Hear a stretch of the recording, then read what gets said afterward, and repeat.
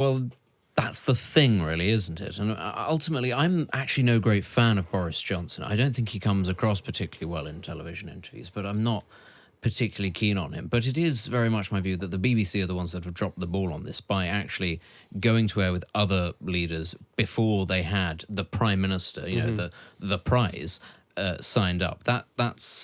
That is just very poor management, very poor editorial judgment. And as you say, it leaves them open to, I think, probably unfair accusations of bias. But, it can be, in a way, a bias that has just occurred because of an element of ineptitude. But I do agree, the Prime Minister is under no provisions to actually give this interview or any interviews. And I think this is something often that a lot of broadcasters forget, which is that ultimately they look at this as almost their right to be allowed to scrutinise people. And I think, obviously every politician needs to be scrutinised, but realistically speaking, a politician can take it and look at it as an opportunity to get their message out, or they can take it as take it and say, actually, this is going to harm my message. If there's no sort of constitutional provision for it, ultimately you've kind of just got to roll with that. I'm personally not a big fan, it must be said, of television interviews. Certainly the debate style. I think one-on-one is actually a lot better. But I've always found that the debate system, it doesn't actually help anybody. I don't think that our politicians are mature enough, frankly, to make a good fist of it.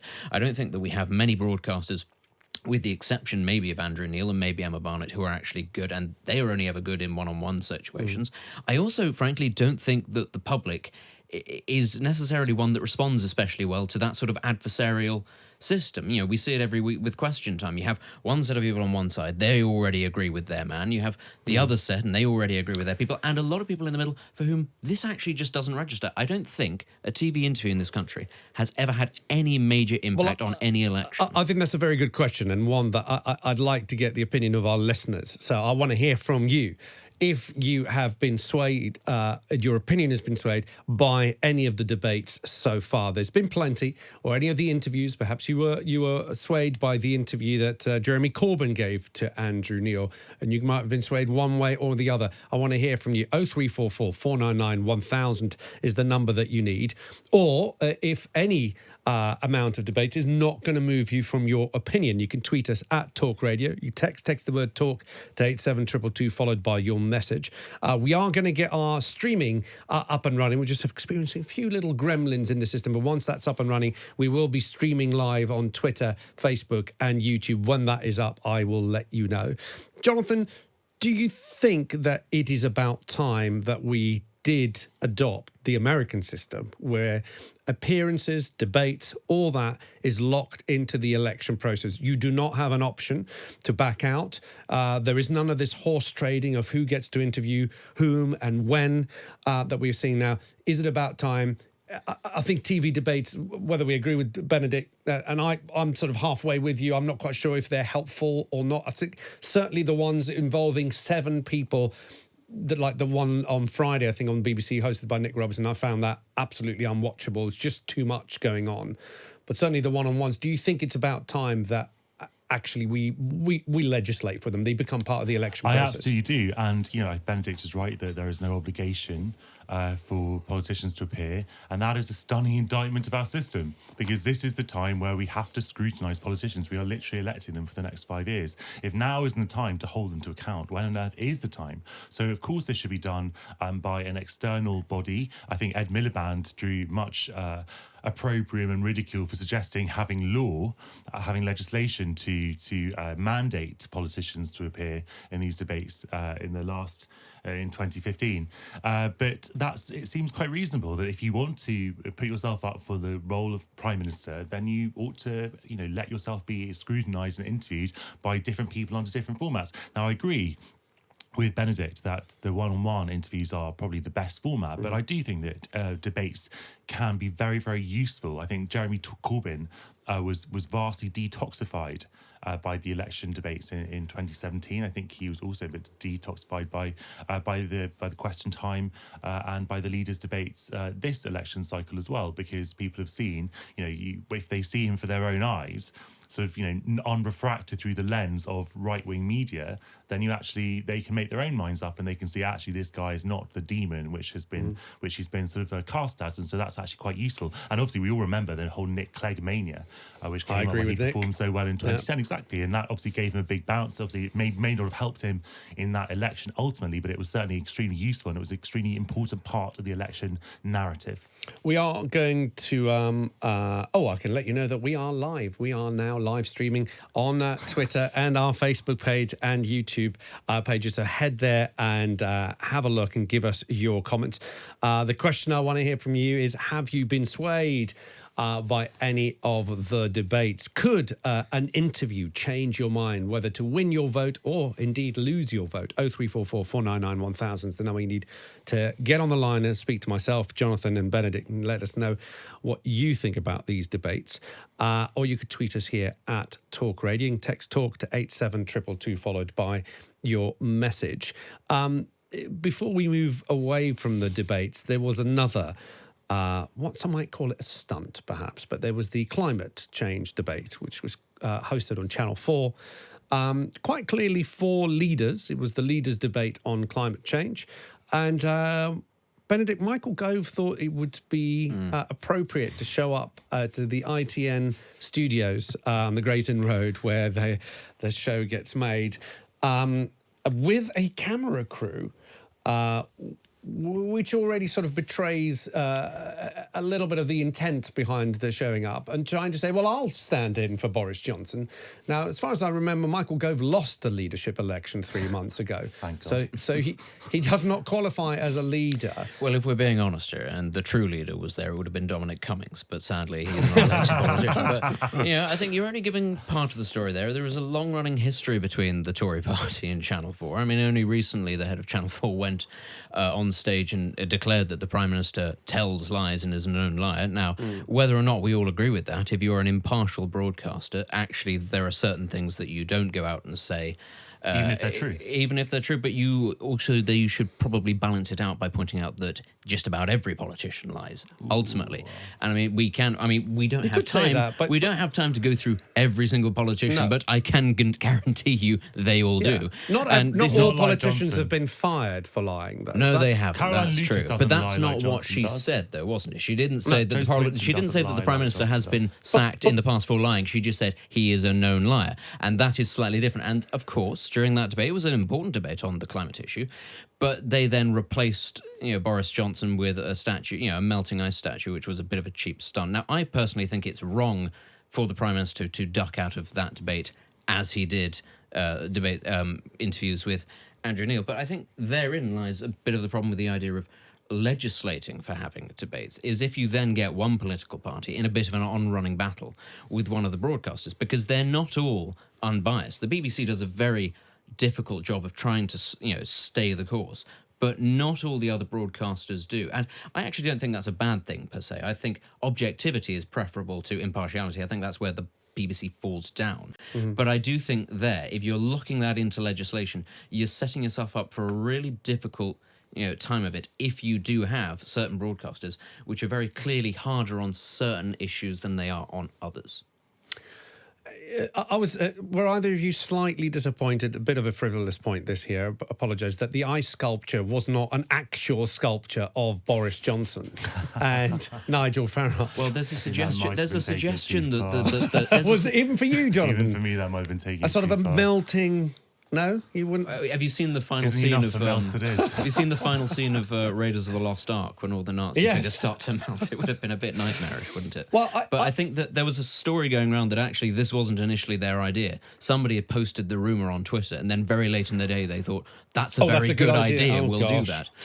That somebody at Channel 4 has actually told me. I was a little bit alarmed, and thankfully the Prime Minister did deny it in an interview that I heard later. But I was a little bit alarmed after the Channel 4 stunt, because I'm going to call it a stunt, of Michael Gove showing up and saying, "Oh, look, I'm not being allowed. The other parties are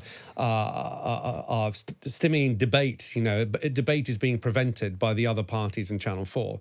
There was again one of these anonymous briefings that come out of Number 10 that the Conservatives were going to revisit the Channel 4 charter. And to me, that caused a little bit of alarm. Very Trump style. Very Trump style. And there was also an interview which did the rounds about a couple of weeks ago of Michael Gove being interviewed by Channel 4. Michael Gove quite clearly saying you have a left-wing agenda and accusing Channel 4 of bias rather than asking the questions that were quite basic questions. But Boris Johnson did deny that there was any sort of review of the Channel 4 charter. So, again, maybe it was a distraction technique or just trying to blow up the problem.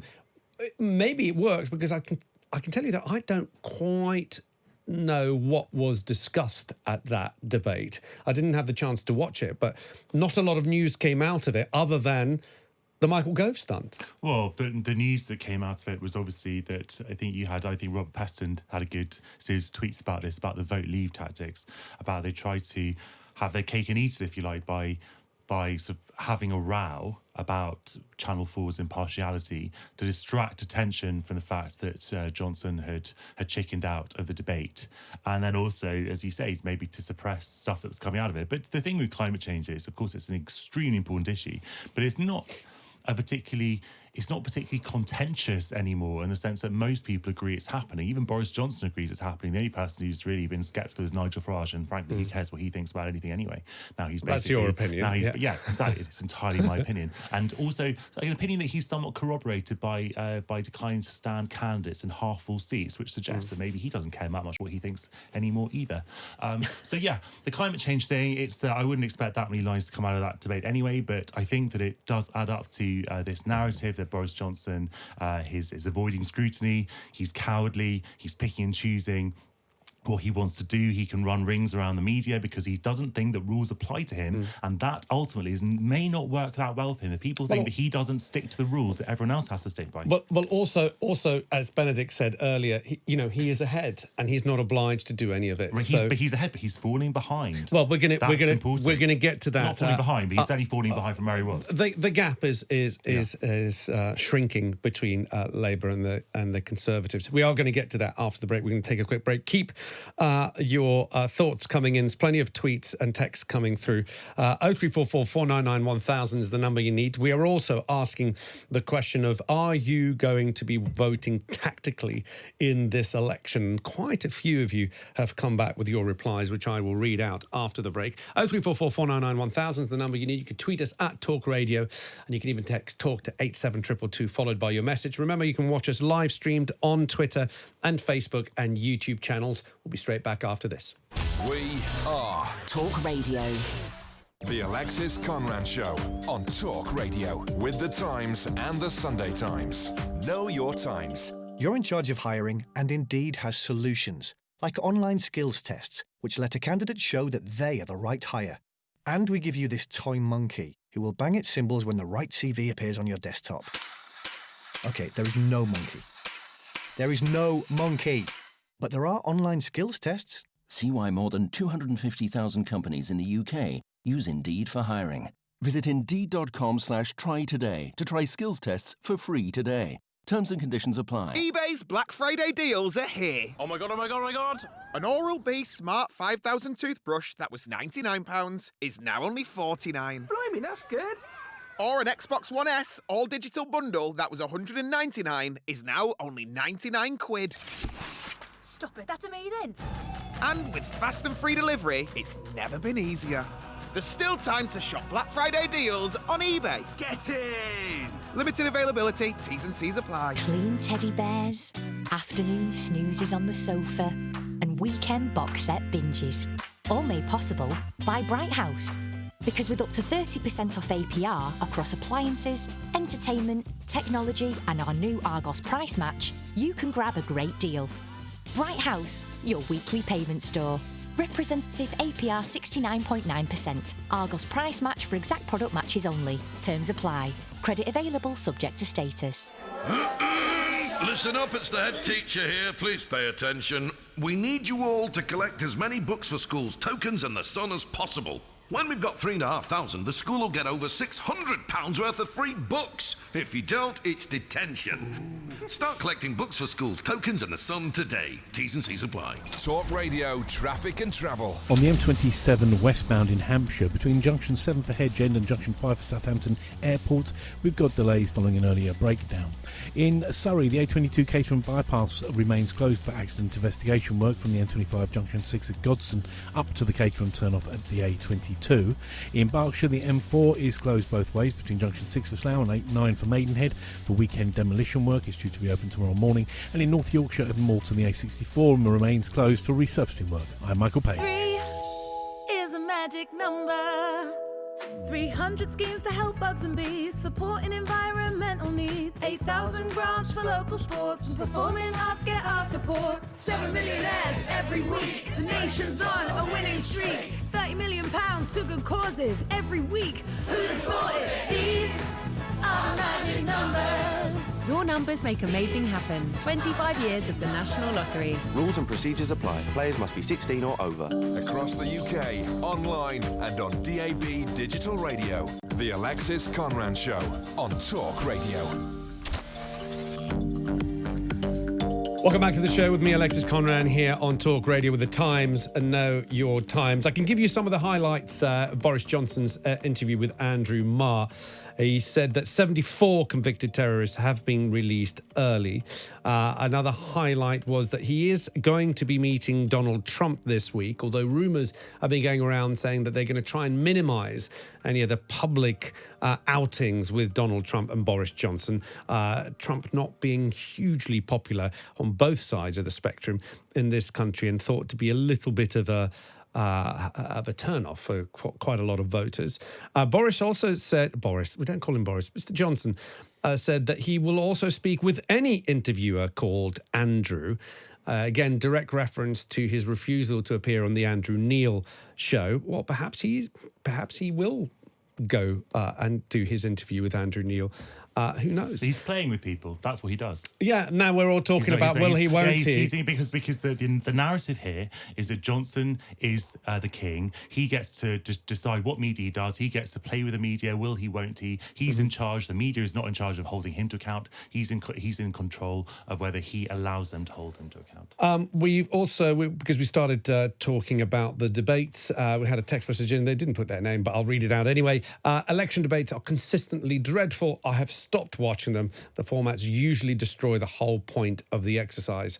I think people are especially the debates with too many people, I think they can become a little bit tricky to follow, even for people who are really into politics. Now, the question of will you be voting tactically seems to have really got people going. But this one from Keith did make me laugh. The question is, would you be voting tactically? He says, yeah, I plan to jump through fields, climb over walls, do some commando rolls before entering the polling station, and then with my black permanent pen marker, put a cross in the Conservative box. Jonathan got disappointed. Now, somebody else who called in. I'm not sure what that tactic is. It's the tactical. Thomas has called from Shoreham on the tactical voting. Thomas, welcome to the show. What would you like to say? Good morning. Morning. Yeah, I've never voted Conservative in my life, but I will be at the next general election. And why is that?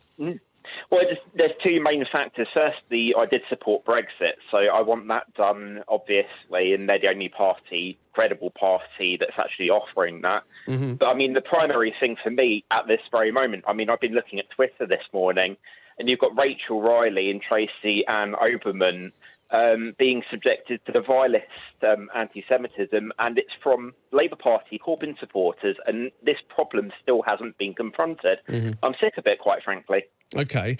Can I ask, on the Brexit front, you saying because you voted for Brexit, you're going to vote Conservative to get Brexit done. Yeah. Are you aware that getting Brexit done is not as simple as the phrase might suggest? So perhaps, what are you expecting for get Brexit done? Let's say you get the majority Conservative government coming. What do you expect to see in regards to Brexit? Well, I mean, if you vote for any of the other parties, you're not going to get any form of Brexit. Let's just make that straight. I mean, the Brexit Party, as nice as it would be if they just got in and, you know, made it happen straightforwardly, you know, it's not going to happen. So you have to look at the Conservative Party, and that's coming from I should probably clarify, I'm a former Liberal Democrat voter, so that should confuse matters just a little bit. But no, I mean, the closest we're going to get to any form of Brexit is going to be by voting for the Conservative Party. Now, I'm pretty open-minded when it comes to what form of Brexit we have, be it, you know, a kind of World Trade Organization Brexit or a Brexit that's a kind of more conclusive deal. But to take that next step forward, to get the withdrawal agreement done, you know, we have to have a parliament that's actually got elected MPs doing what they said they were going to do. I'm very mindful of the fact that, you know, a lot of people in 2017 voted for MPs that promised one thing and conclusively did another. And what we're at least getting at the moment is a group of candidates that are actually going to be held to task, because I don't think people are going to forget the betrayal that took place in 2017. Okay, Thomas, thank you for your call. Nice to hear from you. Thomas there from Shoreham. A couple of things there from Thomas, and one that we have to deal with as well, the anti-Semitism issue with the Labour Party. I'm a little confused, I have to say, when I did see the Andrew Neil interview with Jeremy Corbyn. I'm still confused as to why Jeremy Corbyn refused to apologise for the goings-on in the Labour Party, which are not, they're not a recent thing. They are a thing that's been going on for quite some time now, quite a few years now. It's fair to say, I think, that they haven't been decisively dealt with. And what's even more confusing is that Jeremy Corbyn did put a video where he did apologise for the hurt caused by his party's actions. And that video was put out last year, 2018, I think summer 2018. So for the life of me, I cannot understand why he refused 4 times or more than that to apologise. I honestly can't make head or tail of it. It made no sense whatsoever.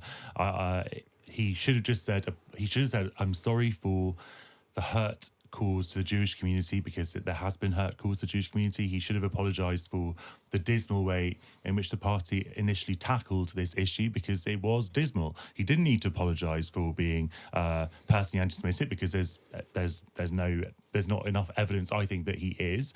And he didn't need to apologise to the Labour Party being institutionally anti-Semitic, because there isn't at the moment evidence that it is either. Obviously, the EHRC is investigating that particular issue. So he didn't have to apologise for things he didn't need to apologise for. He just had to apologise for the things which were done, as he has in the past. So I can't really understand that. But the point is that this issue is being co-opted in the most nakedly and shamefully opportunistic way by people who simply do not care about any form of racism, least of all anti-Semitism, and Jonathan, that is what makes me so upset. But there are candidates that are actively being stood down for setting up websites. On all parties. Yeah, but for the Labour Party, this isn't, as I said, this isn't a new thing. There are still candidates, people who have actually been put forward by the Labour Party, who have actually had to be stood down because they are saying all sorts of extraordinary things on Twitter or Facebook or blog posts.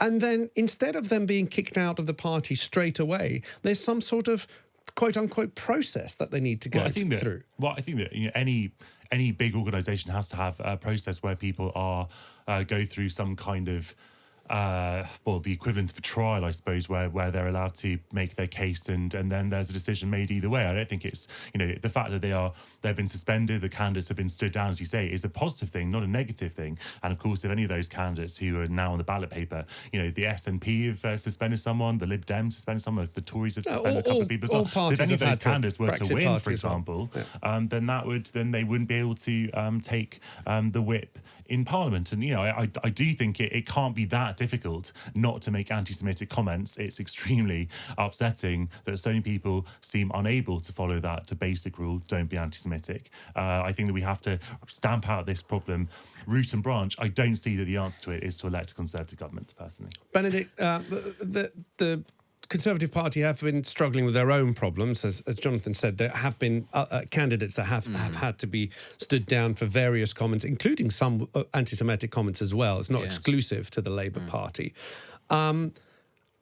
However, we don't see as much media attention, as much of the fuss. Baroness Saida Varsi has been talking about the huge problems of Islamophobia in the Conservative Party, and yet it's nothing compared to the scrutiny that the Labour Party are getting on the anti-Semitism issue. Well, the first thing I would say is always when the issue of Islamophobia is brought up, it is always brought up as a response to anti-Semitism in the Labour Party. Yeah. It's the first thing. What about Islamophobia in the Tory Party? To which you have to respond, yes, there is Islamophobia in the Tory Party, and that is not an answer to why anti-Semitism is not being dealt with. It is essentially just shirking the question. And of course, the Tories do the exact same thing when people say, well, what about Islamophobia in the Tory They'll Party? say, what about well, it's much anti-Semitism? worse. And Yeah. the thing is, ultimately, the issue of anti-Semitism in the Labour Party is much worse, I believe, than Islamophobia in the Tory Party. But the thing is, as you pointed out, there have been candidates across the divides who have been, found to have said anti-Semitic things. And what we have to look at is that this is not... I personally believe that whilst the Labour Party itself may not be institutionally anti-Semitic, I believe that those at the top, a number of people at the top, are anti-Semites. But you are right, we should wait for the end of investigations and see what the findings are. The issue is, how has it got there?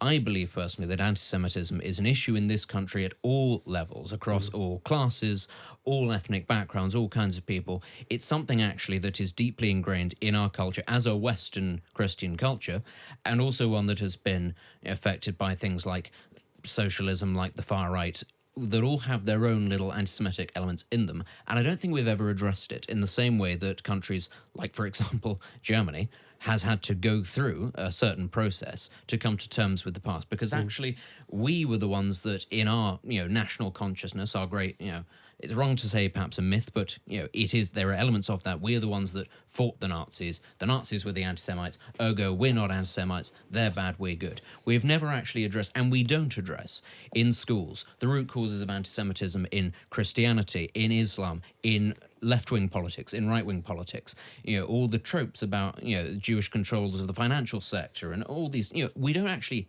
assess where they come from, because what makes anti-Semitism so wicked is that there are so many different caveats and avenues through which it can spring up.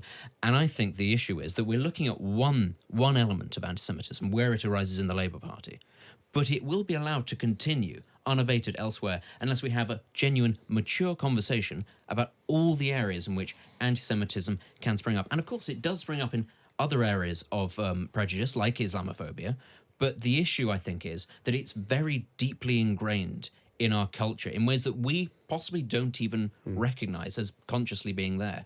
And until we have that conversation, we can go on and on about how wicked it is that it exists in the Labour Party. It won't be stamped out anywhere if we don't do that. Okay, some more messages coming in on the subject of tactical voting. Andrew on Twitter says, I'll be voting tactically to leave the EU and keep socialism in its box.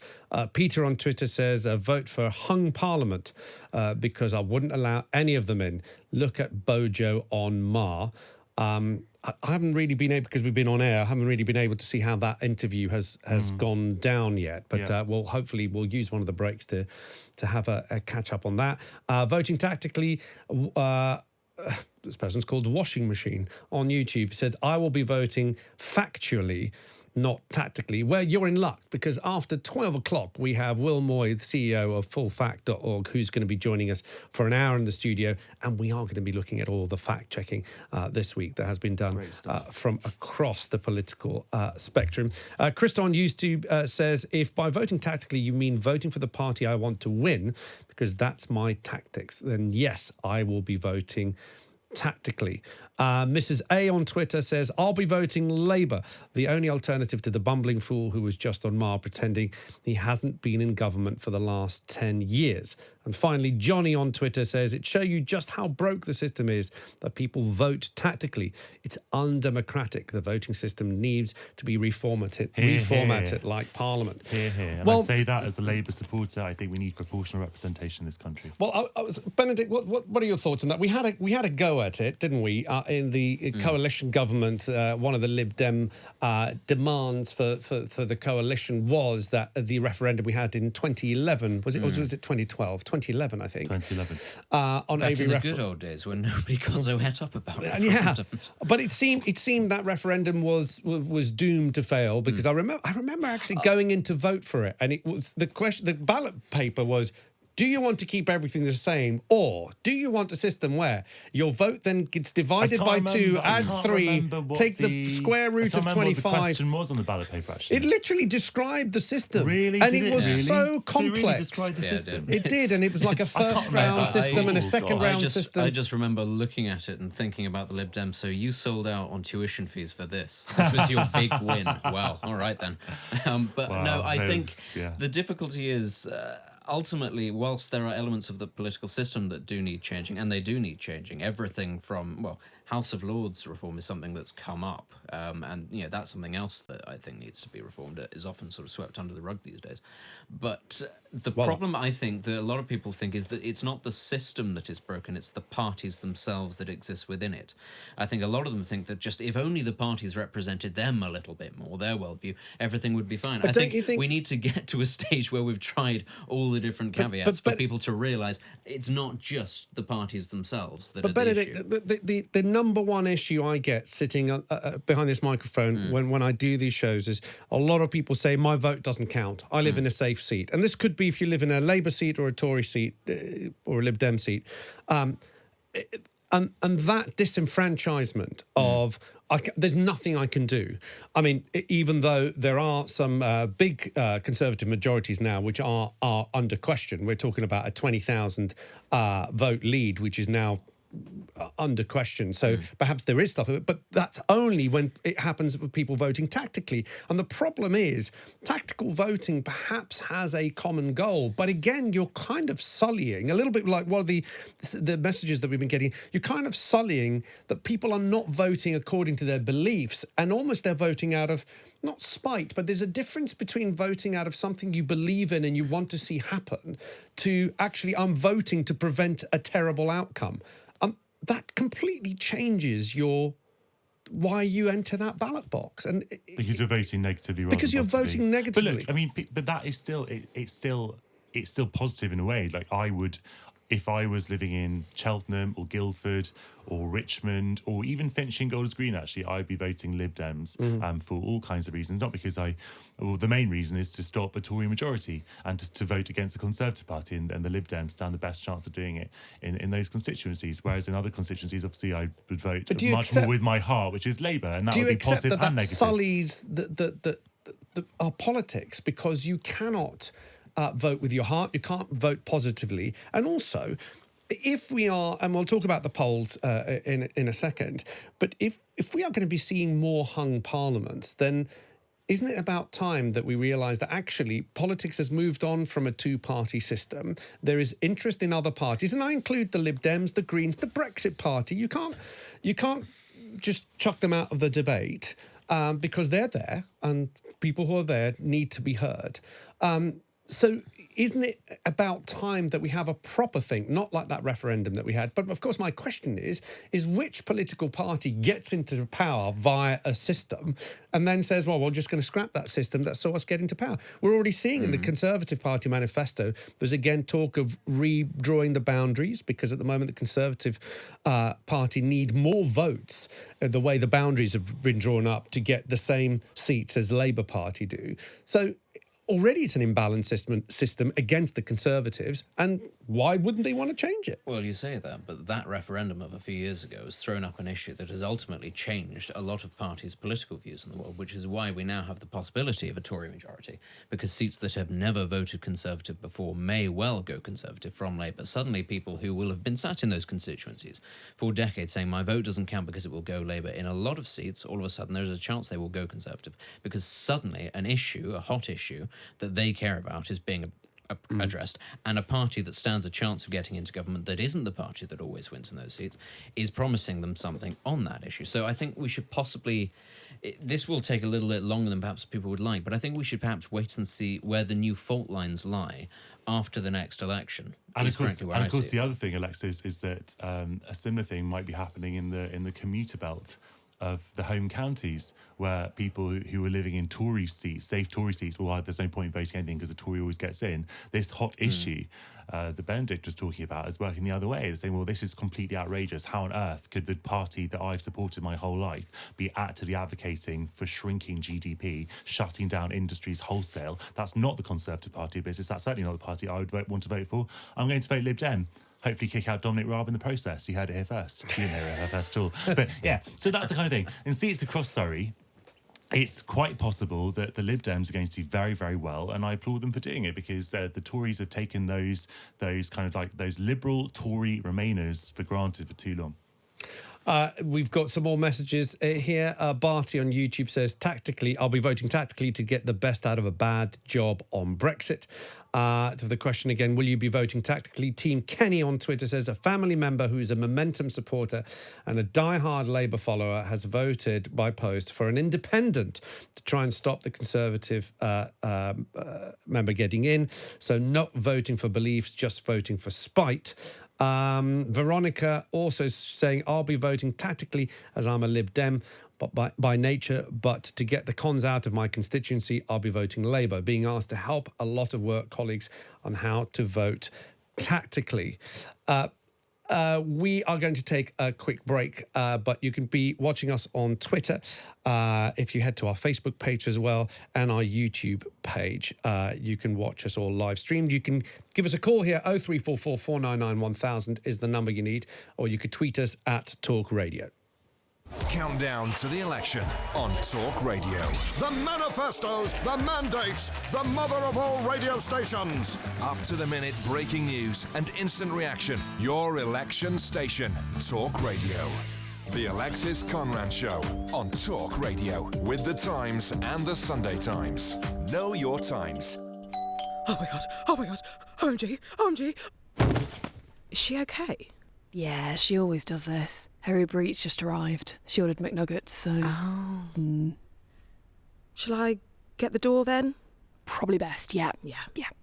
McDonald's delivered, exclusive to Uber Eats. Get excited. With offers on every home, open the door to big Black Friday deals at Bellway. 10 whole days of unmissable offers. Visit your nearest Bellway development, pick your perfect home, and bag an unbeatable deal. There's never been a better time to get moving. Unmissable deals on every Bellway home on now, ends December 8th. To find out more and your nearest development, visit bellway.co.uk. Selected developments, conditions apply. Today, it's Norwich v Arsenal and Leicester v Everton in a double-header with real class. And with no TV, you can watch both games live for a one-off payment of just $9.99. Hold on, they're checking with VAR. That's confirmed, it's $9.99. Unbelievable stuff. So, to only pay for the games that matter to you, grab a Now TV Sky Sports Day Pass.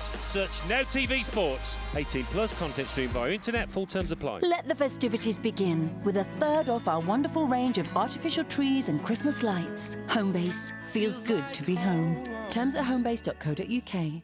The Times Expert Traveller sale starts this Friday. Save up to £2,000 per couple on unique cruises and tours hand-picked by travel experts from The Times and The Sunday Times. Explore the world, from Japan and Vietnam to Europe and the Caribbean, with inspiring itineraries. And enjoy exclusive experiences and complimentary upgrades. The Times Expert Traveller sale. Visit thetimes.co.uk/expert traveller sale to view the full range of exceptional offers. Terms and conditions apply.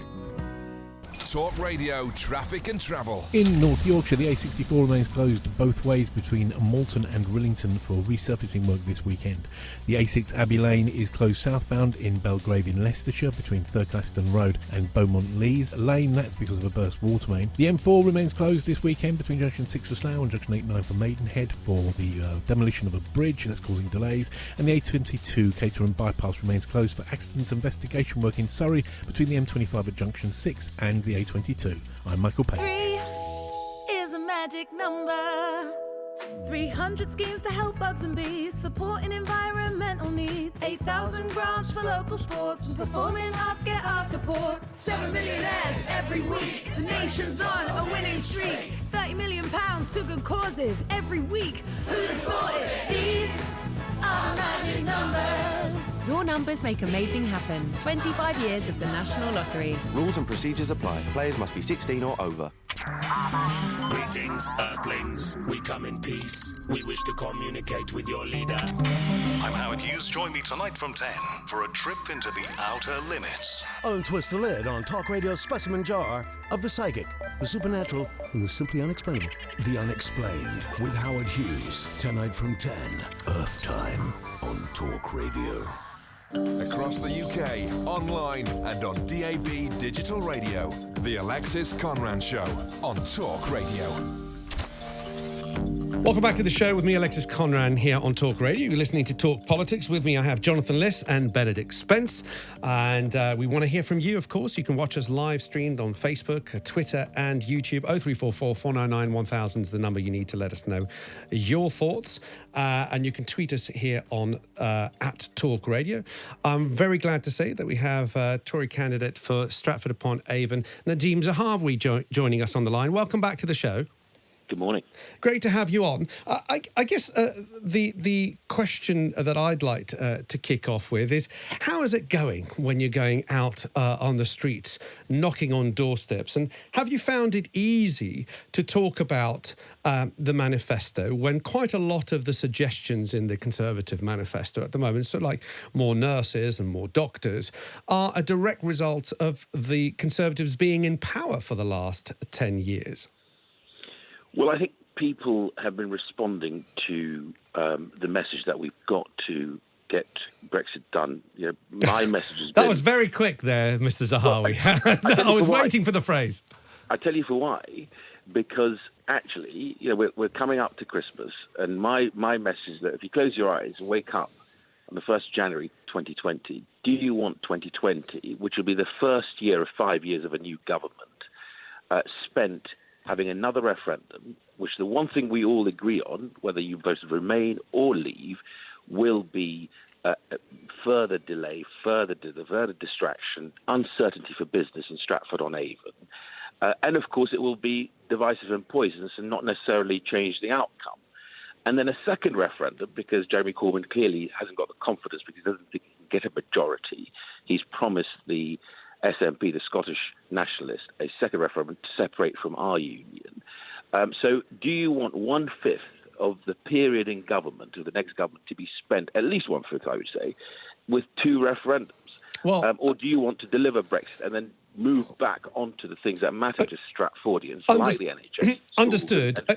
It would be fair to say that Jeremy Corbyn, when it comes to the Scottish referendum, has said not in the beginning of any Labour government. So he's excluded it from happening for the first couple of years at least.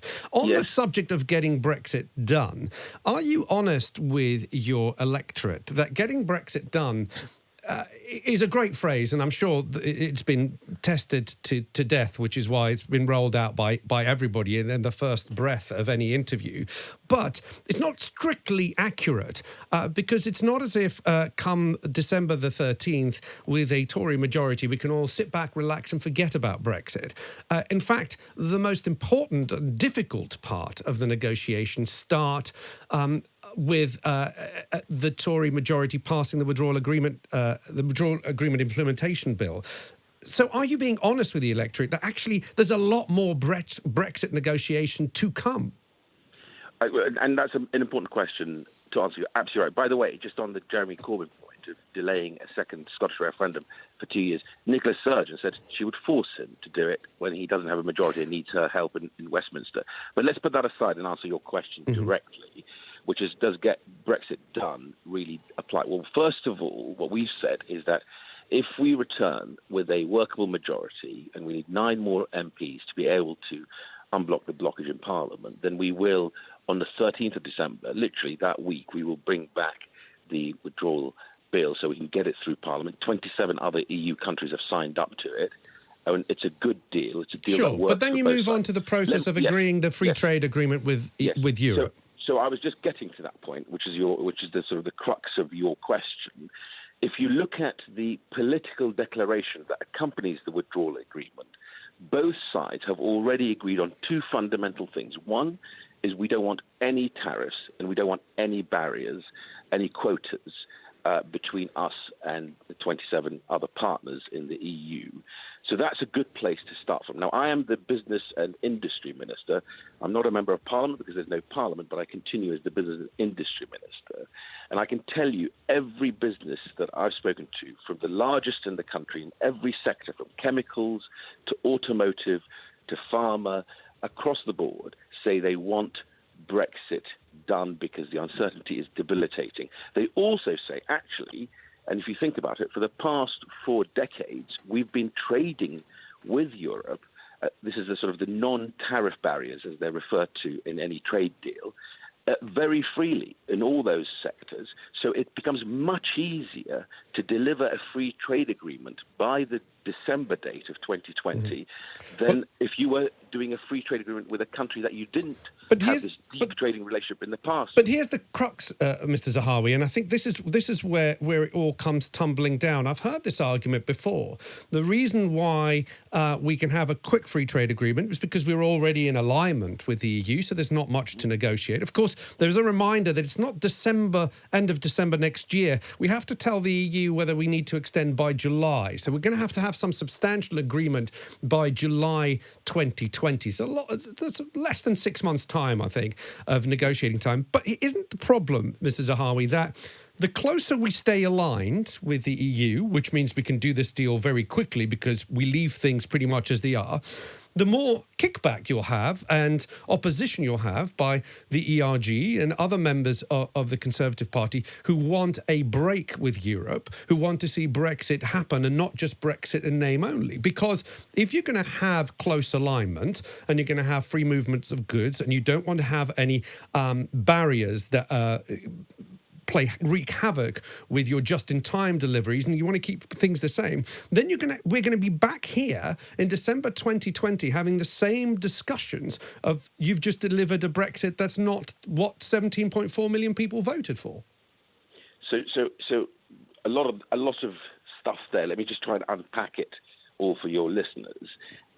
First of all, in terms of the ERG and other colleagues, what they want is for us to be able to make our own decisions in our own parliament, which is what fundamentally this deal does deliver. It allows us, for example, to set our own immigration laws, and we want an Australian-style system for our immigration. Which we already have, to be fair. No, we don't, because we have to have free movement, which is what Jeremy Corbyn But we do have a points-based immigration system outside of the EU right now. Well, not what the one we wanted to use, which covers the whole of the world. Sure. Because then we can bring in the nurses and the doctors that the NHS needs, as well as the great engineers and scientists and innovators and entrepreneurs that the economy will need. But let me just try and address your question directly. So what Boris has said, what I have said to all businesses is, look, sectors like chemicals, like pharmaceuticals, like automotive, these are established industries where we will follow the evidence, to be evidence-led, that if we want to stay in alignment in terms of regulation, non-tariff barriers, then we will follow the evidence. We won't diverge for the sake of divergence. But where the opportunity is, the real excitement is in new areas. So in artificial intelligence, AI, in some of the cell and gene therapy, because we are one of the leaders in the world in by sequencing the genome, we can create our own regulatory environment, which is much more advantageous and much more appealing to investors and to innovators and scientists. That is the big win for us. That is the big difference here, is that we will make those decisions here in the UK. Okay, understood.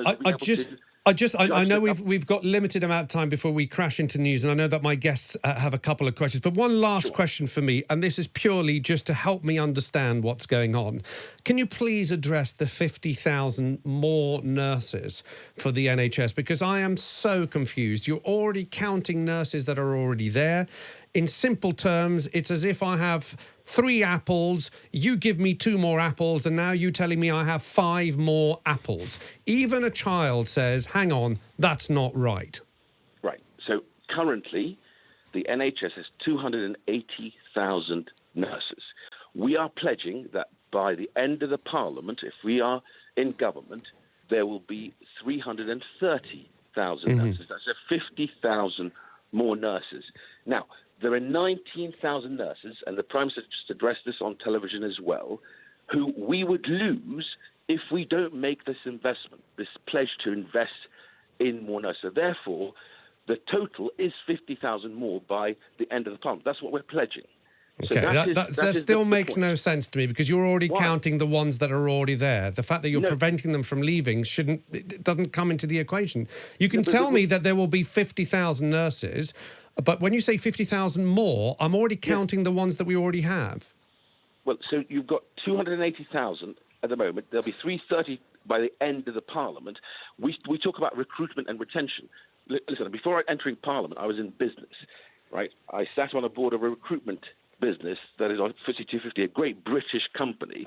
You have to talk about retention as well as recruitment, because net, you want to get to your number without losing people at the other end. That's what we're pledging. Okay. Let me get a question here from Jonathan Liss. Hi, Mr. Zahawi. Hi, John. Can you confirm whether you believe Jeremy Corbyn will have wealthy people shot? Because when you were interviewed by Andrew Neil a few weeks ago, you said you didn't know. Well, I said you have to ask him the question, because Jeremy Corbyn and John McDonnell have both, well, John McDonnell certainly has said that he considers business to be the enemy, and I think they need to come clean about what they think of wealth creators. It was in the context of an interview with the great Andrew Neil, and you have to put that question to him. What does he think of people who are wealth creators, entrepreneurs? I was an entrepreneur before entering. So sorry, Parliament. Just to be very, very clear, you're not prepared to confirm that Corbyn won't have rich people shot? I don't know what he will do. He thinks rich people and people who are wealth creators are the enemy. That is what John McDonnell, his shadow chancellor, has said. Okay, well that's very illuminating. Benedict, Spence. We're currently sat in London Bridge, which, as you know, is the site of a terrorist attack the other day. I just wanted to know, as a Conservative, how highly on a sort of, the ranking of the most important things would you consider upholding the criminal justice system, the rule of law, people's rights, that sort of thing? How important would you rank that? It's extremely important. Would you say it's the most important? Well, look, I used to be in the business of market research. I founded YouGov, the research company. There are many things that are priority. If you ask me what my priority is, I'd say to you, you have to deliver Brexit before you can focus on anything else. So you think that delivering Brexit is more important than the upholding the rule of law? Because no, of course not. You do both, but you could certainly invest more in our law enforcement, in our police, in schools, and hospitals. All I'm getting at is that as a Conservative, I consider our laws, our constitution, I consider these the most important things, in terms of actually upholding and keeping a society together. And I think that's the view of most Conservatives. And I'm just looking at the figures.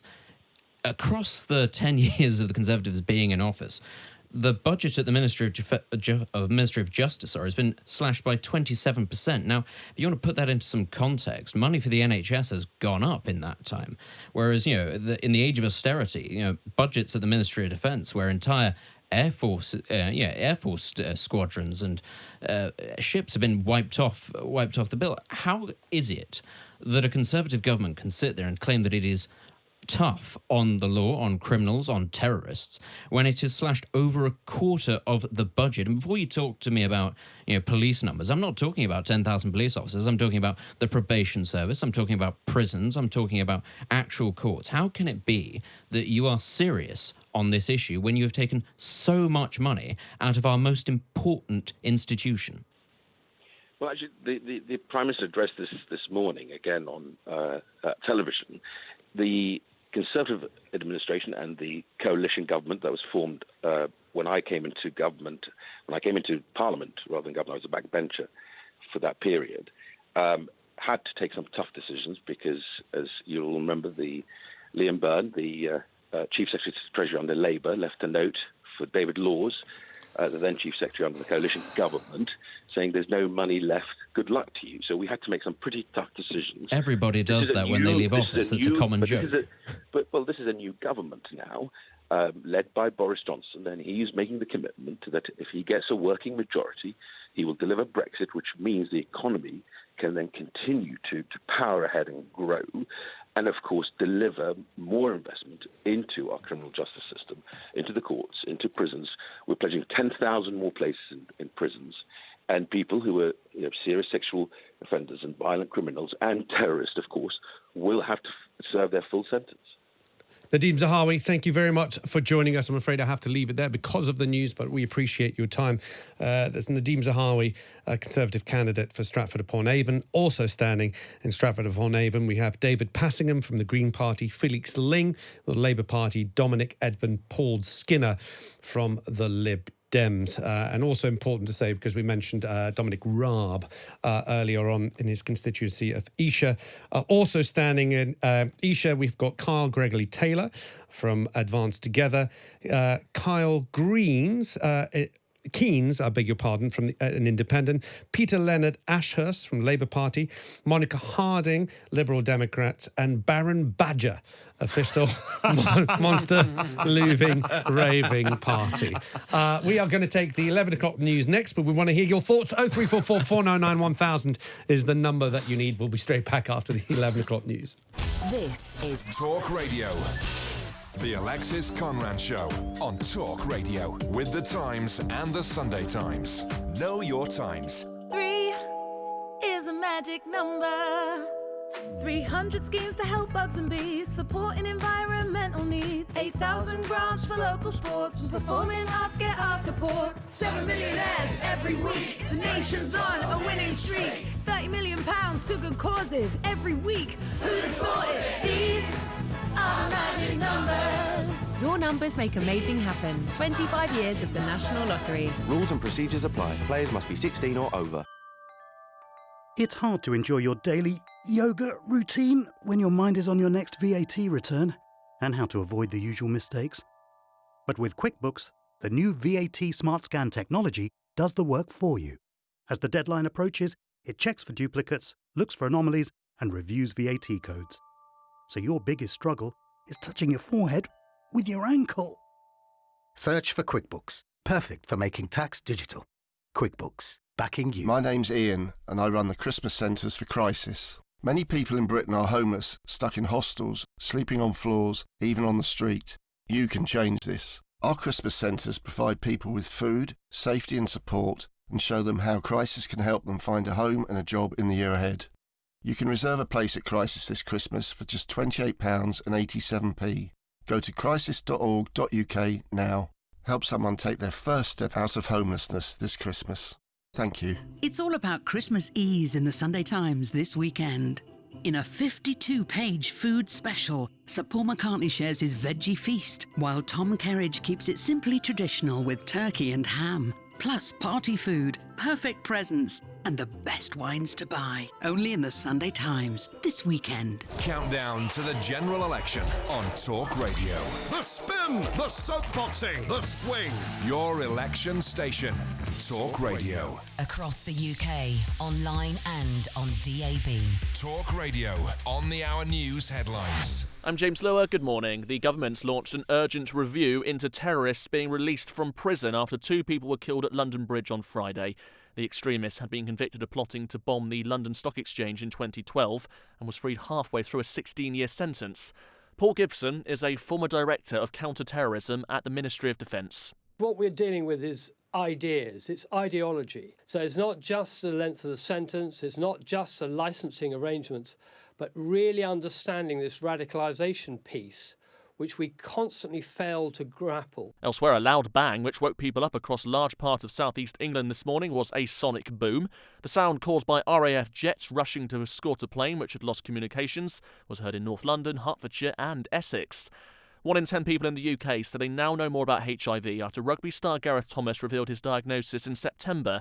But the Terence Higgins Trust says only 2 in 10 realise that someone with the condition who's on medication can't pass it on. To mark World AIDS Day, Gareth says he's now joined a campaign which has one main aim. 0 transmissions of HIV in 10 years' time. I can't believe that we're actually at a point where that's a reality, but it is a reality. And it's something that, for me, it's my next step. A so-called Islamic State bride is returning from Syria to her home country of Ireland. Lisa Smith and her 2-year-old daughter have been deported from Turkey. And John Barrowman says he's been rushed to hospital with a severe neck injury. The actor and singers had to cancel shows in Bristol last night and Glasgow today.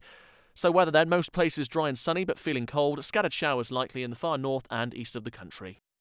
Talk Radio 11 points clear at the top of the Premier League. Liverpool have extended their lead after Manchester City drew with Newcastle at St James's Park. Despite having Alisson sent off with 15 minutes to go, 2 Virgil van Dijk headers was enough to give Jurgen Klopp's side a 2-1 win at Anfield. Leicester, though, can close the gap back to 8 points if they beat Everton later.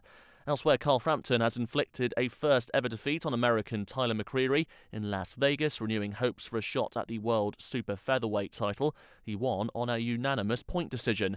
And Joe Root resolved to bat through the entire third day of the second test against New Zealand as the England captain got a resolute century at Hamilton. His 114 not out helped carry England to 269 for 5. Talk Radio. Across the UK, online and on DAB Digital Radio. Talk Politics on Talk Radio. Welcome back to the show with me, Alexis Conran, here on Talk Radio. You're listening to Talk Politics. You can still watch us live streamed on our YouTube channel if you head over there, and you can leave your comments, plenty of comments for me to read out. And give us a call, 0344 499 1000 is the number you need. You can get to speak to Jonathan Liss, who's with me in the studio, and Benedict Spence, who's also with me in the studio. Some of your messages. Ian on Facebook says, I've been a Labour voter all my life, but while Corbyn allows momentum to run roughshod all over the old loyal Leave voting constituencies by betraying their Leave vote, I would vote for the Brexit Party if they were standing in my area. But unfortunately, we don't have anyone, so my vote will be given to the Tory candidate. On Twitter, Undead Skunk, what a name, says every vote is tactical. And also we had Paul on Twitter saying, peddling Brexit fantasies on Talk Radio, Nadeem Zahawi. What did you make of Nadeem Zahawi's? I think you're quite shocked about the comment about shooting Alexis, bankers. I'm completely but speechless. Put it into context, because you explained it to me a little bit, because I'd missed that interview. Okay, so Andrew Neil was interviewing Zahawi a couple of weeks ago, and Zahawi said, he repeated the line he said just a moment ago about sort of Corbyn and McDonnell hating rich people. And Neil, I think, said, well, do you think that he would have them shot? I think it was in relation to something else about, Zahawi was going quite strongly on this. And Zahawi said, you'd have to ask him. And I'm speechless just thinking about it. The fact that a Tory minister was unable to confirm whether or not he believed the Labour leader would purge rich people by actually killing them. This is where we are in 2019. I think you can disagree with Jeremy Corbyn's views on socialism and the taxation of the rich while admitting that he is not going to have them rounded up and shot. I think this is an acceptable line to draw. But this is where we're at now, Benedict, isn't it? In 2019, we were saying it before, this is the age of no-shame politics. You can have a huge disaster in your in the ministry that you're in charge of, even if you're a Secretary of State. It's not nothing seems to be a resigning issue anymore. You can become Prime Minister if you're sacked from your ministry. It's not exclusive to the party in government. It's also in the shadow ministerial positions. You could be caught saying some outrageous things, inaccurate things, but there is no shame politics at the moment. No, you're right. It's just the way things are. I mean, once upon a time, I think people used to be a lot more civil to each other in domestic politics, but that was, we should remember, at a time when the devils, so to speak, were the Reds in Moscow or that sort of thing. You had the outsider, now everything is up for grabs and everybody can be the victim of the sort of the worst kind of hyperbole.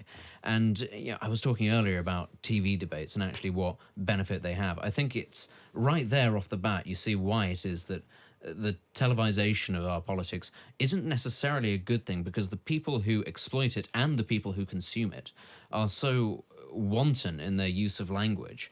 It does, degrade the standard of debate. I mean, it's also, I'd like to raise this. There was an article written in The Spectator by somebody called Ben Sixsmith. It was very good, and it was talking about what value we place on debate in our society today and why it is so sort of valued by some people, because they don't use it as an opportunity to discuss ideas or listen to other people. It's almost entirely taken as an opportunity to own the other person, to get your YouTube moment, to have your zinger. Boris Johnson does it.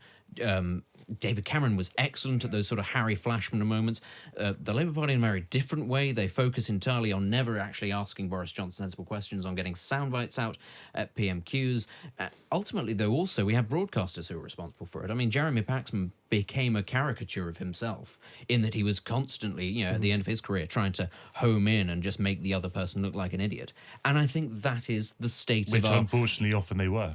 Often they were, but the problem was he was trying a little too hard. Right. Sort of And now, and now interviewers don't need please. to try that hard to make their interviewers look stupid, because so many of them are. No, true. But I think that's the point, actually, is that our discourse when it comes to political discussion it's reached such a low across the board. It's to the point where you would actually say, I think less is more. When you don't go in for those sorts of attacks, I think you come across a lot better. I think you make your point a lot better. But I do have to say that for sitting on this side of the chair and having to argue that the most frustrating thing, and perhaps listeners will have noticed it with me, is that you're damned if you do, you're damned if you don't. If you interrupt someone because they're not actually answering your question, they're just using it as a party political broadcast, supporters of that person will say, you're not letting them speak, therefore you're biased. If you do let them speak and they're spouting out things that have nothing to do with your question, then people get irate that you're not stopping them from speaking. So you just can't win. And that's why I do think that the TV debates offer some sort of platform wherein these interviews can be conducted in a much more structured way and not allowing people to pick and choose who they get interviewed by. That is true. But again, I think it comes back then to the idea that broadcasters have to be completely impartial and unbiased. And I don't believe that they have to be. They're not in lots of other countries. What they are is objective. And it's one of the things that Channel 4 News gets criticised for. We're talking about the Channel 4 debates, is that they're very biased. On lots of things, they are quite biased. But I really like watching Channel 4 News because they are also really very objective on a lot of things. And that's where you get the value from news. We are here to discuss the papers at some extent. No newspapers are unbiased. No. They are all objective. And that is indeed where I want to move to next before we use up all our time. Jonathan, I think you feel very strongly about the Sunday Times cover. Yeah. Tell us about it. Well, we have the front page here. I can hold it up if there are people watching online. About Boris vows to lock terrorists up and throw away the key.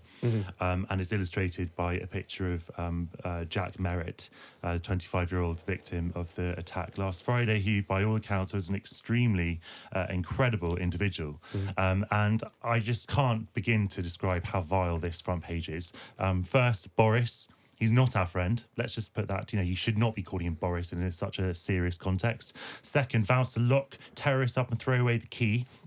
That's this sort of celebratory language of breaching human rights. Incidentally, he said nothing about that in his manifesto. It is naked political opportunism. Fourth, using the death of two people to score cheap political points. And fifth, and I think most egregiously, using the image of a murdered man who absolutely despised Boris Johnson by looking at his Twitter feed to try and get Boris Johnson re-elected is the foulest way of abusing that man's memory I can think of. It's important to say that Boris Johnson does not pick the photograph. No, that's of course. I'm attacking the Sunday Times. That's the paper. Yeah. I think also the political point scoring has started on both sides. There was a big Twitter exchange between Yvette Cooper and Priti Patel yesterday.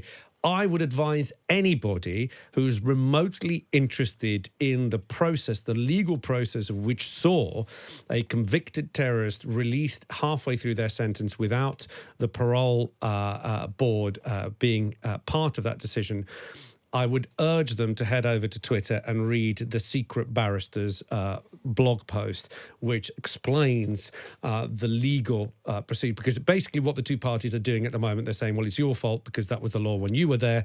And then the other party is saying, no, but it's your fault because he was released under your watch, etc., etc. What I think is important to say is that this whole idea of locking people up and throwing away the key just simply is not viable. Yeah. It doesn't work, in my opinion, because it has to be all about rehabilitation. We were talking in the break. There was a specialist in talking about prisoners on my show about a couple of months ago, and he told me something that never dawned to me at all. I'd never thought of it that way. But he said, from our 60,000, whatever it is, prison population at the moment, he said, bar about 3 people, all these people will be released at some point in the future. Yeah. So this whole idea that you can just lock people away and forget about them just is for the birds.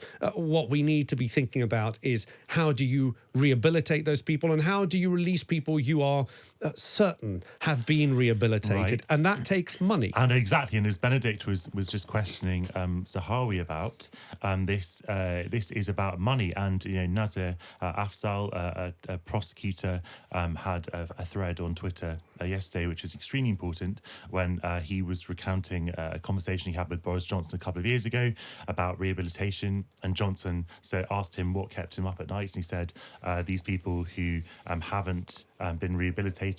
And Johnson said, what can we do about it? Afzal said, money.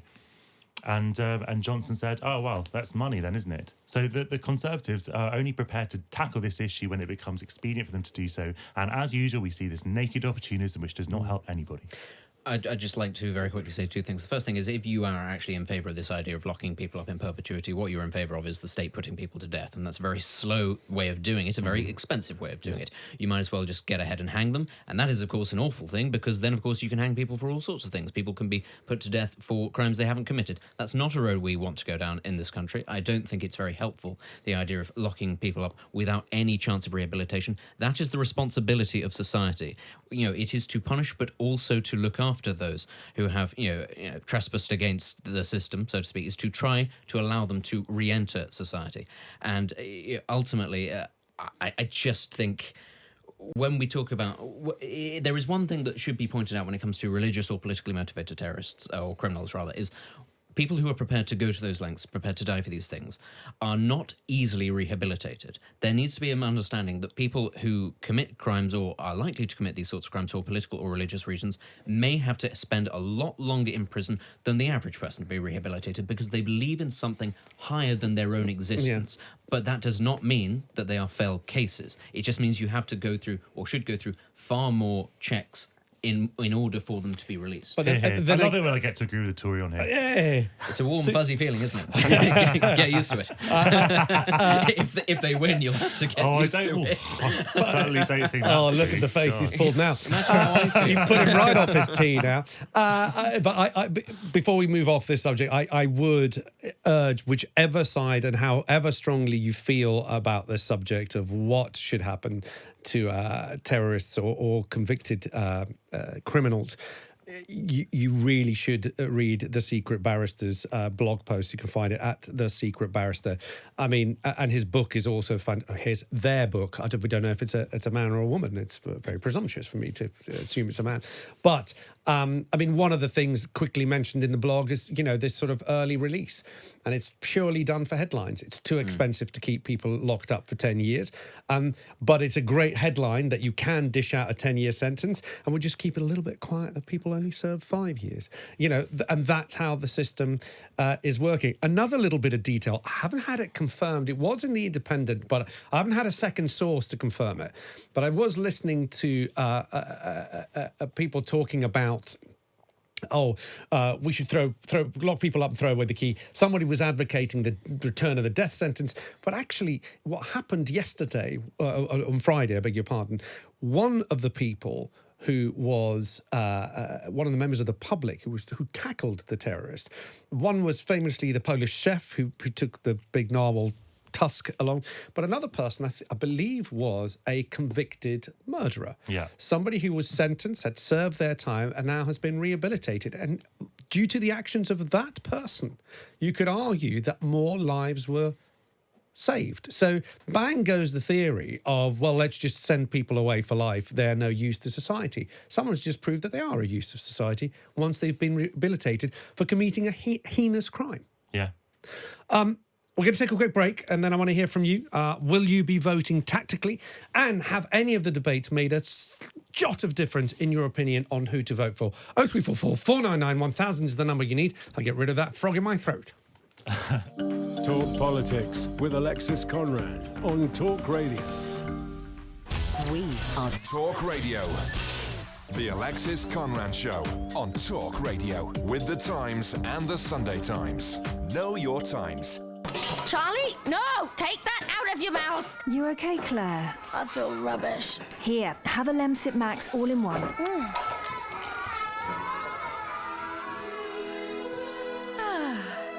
When cold and flu hits, don't just feel better, feel Lemsip better. Contains paracetamol. Always read the label for ages 16 and above. Clean teddy bears, afternoon snoozes on the sofa, and weekend box set binges. All made possible by Bright House. Because with up to 30% off APR across appliances, entertainment, technology, and our new Argos price match, you can grab a great deal. Bright House, your weekly payment store. Representative APR 69.9%. Argos price match for exact product matches only. Terms apply. Credit available subject to status. Mate, this fan's suspension is rubbish. Tell me about it. Even the radio's had it. I know, but I'd get nothing if I scrapped it. Actually, you can get at least £2,000 off a new Ford for it. You're kidding? With Ford's new for old scrappage scheme, you can get between £2,000 and £6,250 off a new Ford van if you scrap an eligible vehicle with us responsibly. Also, there's 0% APR representative on Ford Acquire. Ford Commercial Vehicles. Backbone of Britain. Search Ford Scrappage. Exclusions apply. Contract and register by 31st of December 2019 at participating dealers. Agent ownership criteria apply to scrappage vehicle. Subject to status. Free post full credit. Deposit restrictions apply. On the first weekend of Christmas, the sun gave to me tasty hairy biker recipes.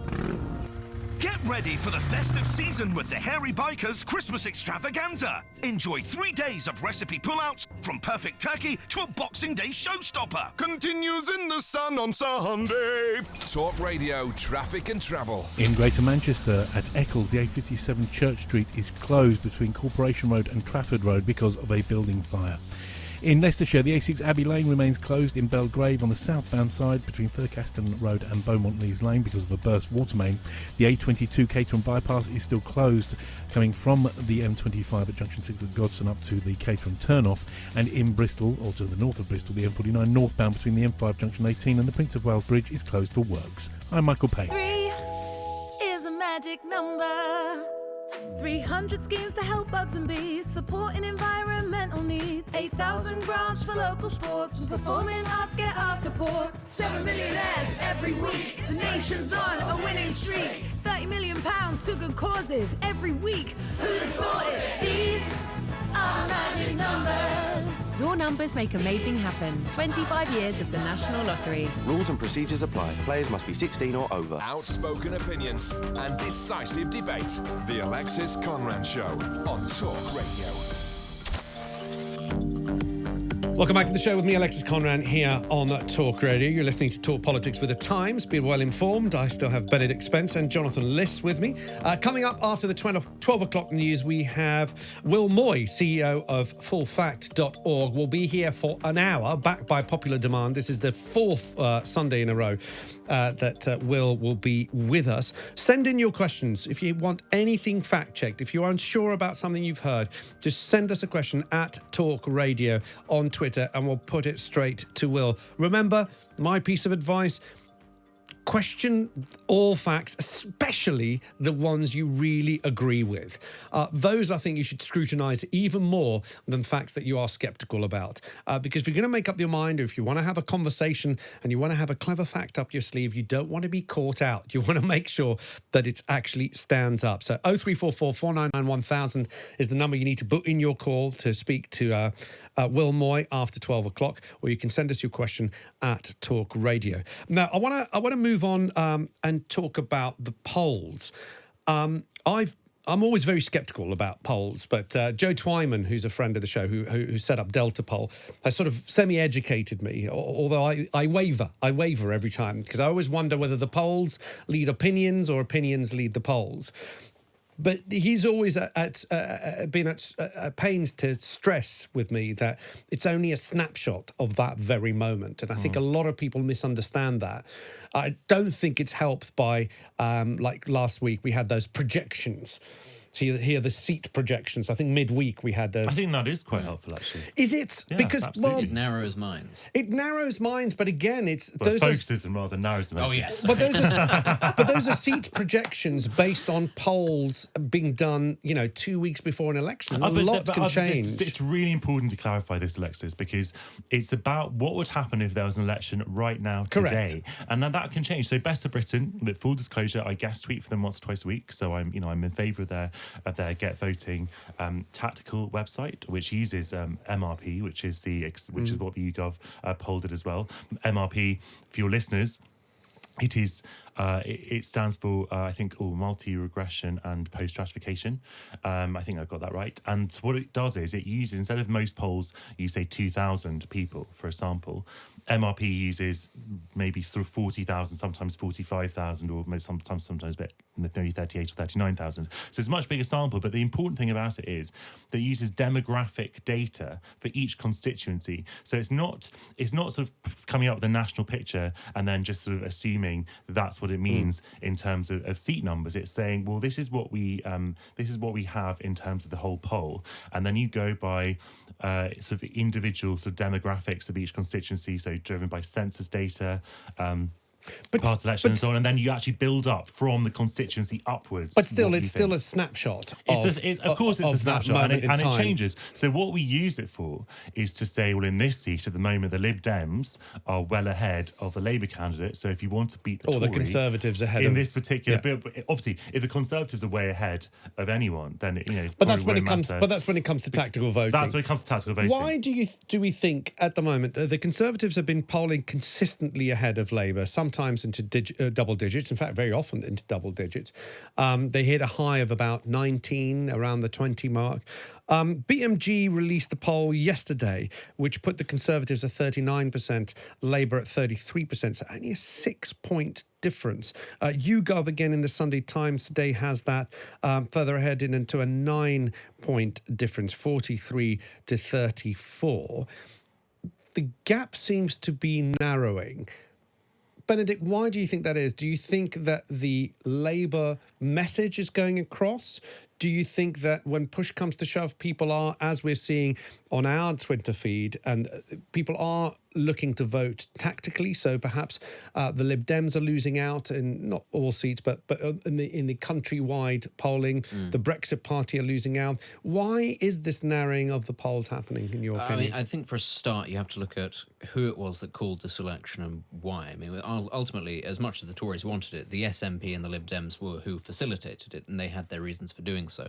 The problem with the Lib Dems is their one big selling point was revoke Brexit. And the problem with that is, as much as a lot of people don't want Brexit to happen, I still don't think it sits comfortably with a lot of their natural voters, the idea of just arbitrarily doing it down. Whereas Labour's, I know the Tories, badmouth Labour's approach and say it's ridiculous. And ultimately, yes, it is a bit silly, but you can see the logic behind it if you are a Remainer. And I think a lot of people are looking at the Labour Party and they're thinking, institutionally, it's a much bigger beast. It's far more likely to get into government than the Lib Dems are. Ultimately, I think it's the same with the Brexit Party. I think people just tend towards the bigger party with the bigger pull. As much as we're not just a two-party system, there's no question that it's a system that is completely dominated by two giants, and everybody else maybe makes up the difference if there's a hung parliament. But history shows us even now that doesn't happen that often. From a Conservative point of view, is there enough for you in this Conservative Party manifesto which you think, oh, that's a vote winner? It seems that several parties have put forward manifestos to change the country, and one party has put forward a manifesto to keep things the same and essentially get Brexit done, which is the big message. Thing is that the last manifesto was a complete disaster, as well as the candidate who was running it. It wanted far too much to change and didn't really read the room very well. Ultimately, I think what the Conservatives are going for is that it is quite revolutionary in that it does want to take the UK out of the European Union. In that sense, we shouldn't ignore that it is a revolutionary manifesto. But I think they've gone with the idea that one thing is enough. Big. Apparently, the motto was, "If in doubt, leave it out." When putting their manifesto, it's just facing votes with contempt. But the thing they have is, a right to know what you look at all the other things that's in the manifesto. They're all tiny little things, really. Things like money available for potholes and things like that. They're sort of low level. Well, they're sort of like they're low level issues that is never going to swing anybody from going, "I was going to vote Labour, but now I'm going to vote Tory." But what it does do is that people who might be not happy with Boris Johnson, it's not going to persuade them to leave, because it's setting out, okay, they're looking at the little things. It's not so much about trying to win over Labour voters, I don't think. I think that's Brexit. That's what wins over the Labour voters. What this does is it stops Tory voters from going, this isn't strong enough on Brexit or whatever, and going over to the Brexit party. It's as much about retention in those key sort of southern heartlands so in your as it view, is about anything in your else. view, the gap is narrowing. Why? I think the gap is narrowing because it was always going to, because I think a lot of the people that have abandoned the Labour Party were always going to end up going back there. And the same with the Brexit Party. All the Brexit Party voters had already left and then come back. So I think the Tory vote was pretty much set in stone from the minute this election was called, and then was sewn up when the Brexit Party said it wasn't going to stand candidates. And all that was then left was this lead that the Lib Dems had got by coming out so strongly on their view of Brexit. That was just a lead then to be taken by Labour as we go along. We see the Lib Dems they put a target on their elections. backs. We saw it in 2010 as well, when Nick Clegg had that surge and then it got squeezed afterwards. Jonathan, in your view, why are we seeing this gap narrowing? I mean, it's between 6 and 9 points. Well, look, I mean, we have to treat all polls with huge dollops of salt, as we keep saying. Yeah, and a lot can change. I agree with Benedict, in many ways that you do get that squeeze. I also think that you've had a lot of negative headlines for Johnson recently about sort of ducking scrutiny, and that sort of sinks, cuts through. Do you think, and again, a serious question, do you think it matters to the voters? I mean, we're all politics. They said it mattered with Theresa May. Said it mattered. They said it affected Theresa May. Do you think the people out on the street right now, if we go down to, do you think they're aware of that Boris Johnson, he's done an interview with Andrew Marr. They'll go, of course he's done an interview. There he is. Do you think it's just? I tend to think that it's just us, really, politics geeks, who go, he's not doing Andrew Neil. I think the people in the street don't know the difference you might between be the right. two. For me, probably the most important thing is that I think people are beginning to ask themselves seriously, do I want 5 years of this guy leading the country? Is this what I want for the country? And they're thinking, actually, we have a lot of problems with Corbyn. There are a lot of problems with the Labour Party, but actually it is the lesser of two evils and we need to go back into the fold. Where it might come through is if the message can be got out that the Prime Minister is a coward. That's the only way that it works, is if the idea of him doesn't doing an interview rolls up and it looks like he's a coward. If not, then it has absolutely no impact. Okay, we've got a caller who wants to ask us some questions. Are you prepared? Get your headphones on, Benedict, so you can hear listening. Sean has called from Northampton. Welcome to the show. What would you like to ask? Thank you, yeah. I'm listening to your debate. I get very worried that nobody is pointing out the past of Mr. Corbyn with his terrorist associations, the IRA, the Libyan Front, and the fact that he kind of sympathises with everybody anti-British. Mm-hmm. And my second point, what worries me a lot, which is not being discussed very much at all, is should Corbyn come to power, I would imagine that the US intelligence services will cut off all intelligence, because they wouldn't trust him as far as they could throw him. And that's just not being put out to the public. And I think there's two very fundamental things there. Mm-hmm. Okay. Who wants to have a first crack at this? Jonathan? I would say that there is nothing that Jeremy Corbyn has done since he became leader to demonstrate that he opposes national security in any way, or that he would want to compromise national security in any way. I agree that he could, he's had a very long career supporting some causes, some unfashionable, some fashionable, and that he might have sort of said and done things which you would not associate with a political leader. He absolutely had no great political ambition at that time. But since he's become leader, he has supported the actions of the security services. He has supported, he supported the actions of the police when combating terrorism. I do not believe that he is any threat to national security whatsoever.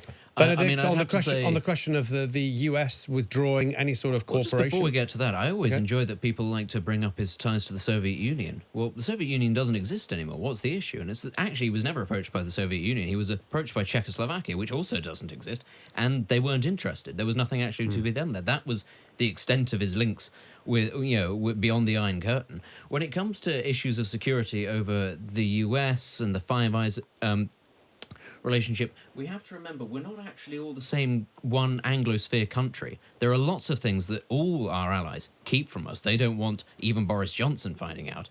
And it's the exact same for us.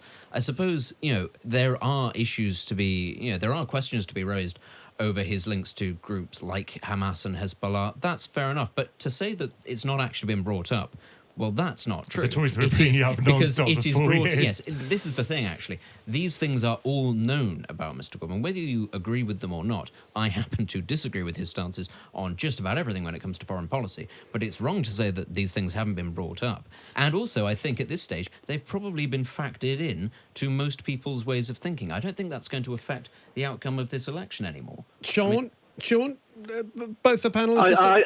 Yeah, go on. I think their answers are quite naive, actually. Everybody I speak to, myself would be, I'm a Labour voter. I've been a Labour voter all my life. I'm working class. I could never vote for Labour with Corbyn in charge because it's not Labour. It's communist, it's socialist. I don't care what them two say. And to flip over the fact that, yes, he might have a few links with Hezbollah and the IRA, I think that is absolutely insulting. The man loves to... Can I ask you? Let's move off from the security issue because I think everybody will agree to disagree. But I'm quite keen to understand from you. You say you've been a lifelong Labour voter. What is it about Jeremy Corbyn that you feel is communist, in your words? And I'm using your words, the ones that you use. Name me one of the suggestions that Jeremy Corbyn is putting forward that is just a step too far to the left for you as a Labour voter. Well, everything to do with renationalisation. I don't like the fact of the influence that Len McCluskey's got over him. So hang on a minute. Let's take nationalisation. Let's take nationalisation of, I think the proposal is the railways, some of the energy services and broadband and things like that. There are other countries that do that. For example, Germany has got nationalised rail. In your view, is Germany a communist country? No, I don't think it is, and I don't think that we can compare the two. What I am saying is... I just asked you which ones they were, and you just said the nationalisation was a step too far. Well, let me tell you them. I'm trying to. Okay, basically, we have spent millions and millions, if not billions, on these companies since we had Mrs. Thatcher sell the lot, whoever it was, Labour before her, actually, wasn't it? But what I'm saying is that the billions that would be wasted doing that, which would then break the country as it was when the last Labour Party were in, then in 5 years' time, the Tories will get in and change it back. What we need to do, surely, at this point now, is take the best of a few people and get together and get this country sorted out. We don't want a far-left government where we're going to go back to the 70s when nobody did any work. We don't want to listen to idiots like Boris Johnson. Believe me, I don't support him at all. And I'm actually in a position, and everybody I speak to says the same, ex-Labour voters will not vote for Corbyn. So what are you going to vote? I'm going to have to vote, I believe. I never thought I'd say this. I'm going to have to vote for Boris Johnson. Can't you vote Lib Dem as a compromise? I think Boris Johnson is a liar. I think he's a blackguard. He always reminds me of a school fag. But I still trust him that bit more than Jeremy Corbyn. Do you not think that there's an alternative? You just said that you wouldn't believe that you'd ever vote for someone like Boris Johnson. Do you not have Jonathan was saying you could vote Lib Dem? Oh, I don't know about the reason I wouldn't vote Lib Dem, I suppose, is why Lib Dem never get in power, because we all say the same, that if you vote for them, you're not voting for really anything. You've been talking Depends on where you live, of course. Things like that. Yeah. Depends where you live. Where you live, of course, yeah. But I would really love to see, like in the Second World War, a coalition government come together and get all this resolved, whatever way it's going to go, and then once all that is resolved and the country is stable, then go for an election. But I do not think that this party squabbling over this Brexit, with Boris Johnson getting on talking like a public schoolboy, and Jeremy Corbyn stood there with his Starling cap on when he gets off the bus, I don't think that's doing the country any good. I think everyone in the world is laughing at us at the moment. Okay, last question from Benedict. Does the name Diego Garcia mean anything to you? Yeah, I've based there before. You were based there? Yeah, I worked there, fueling, yeah.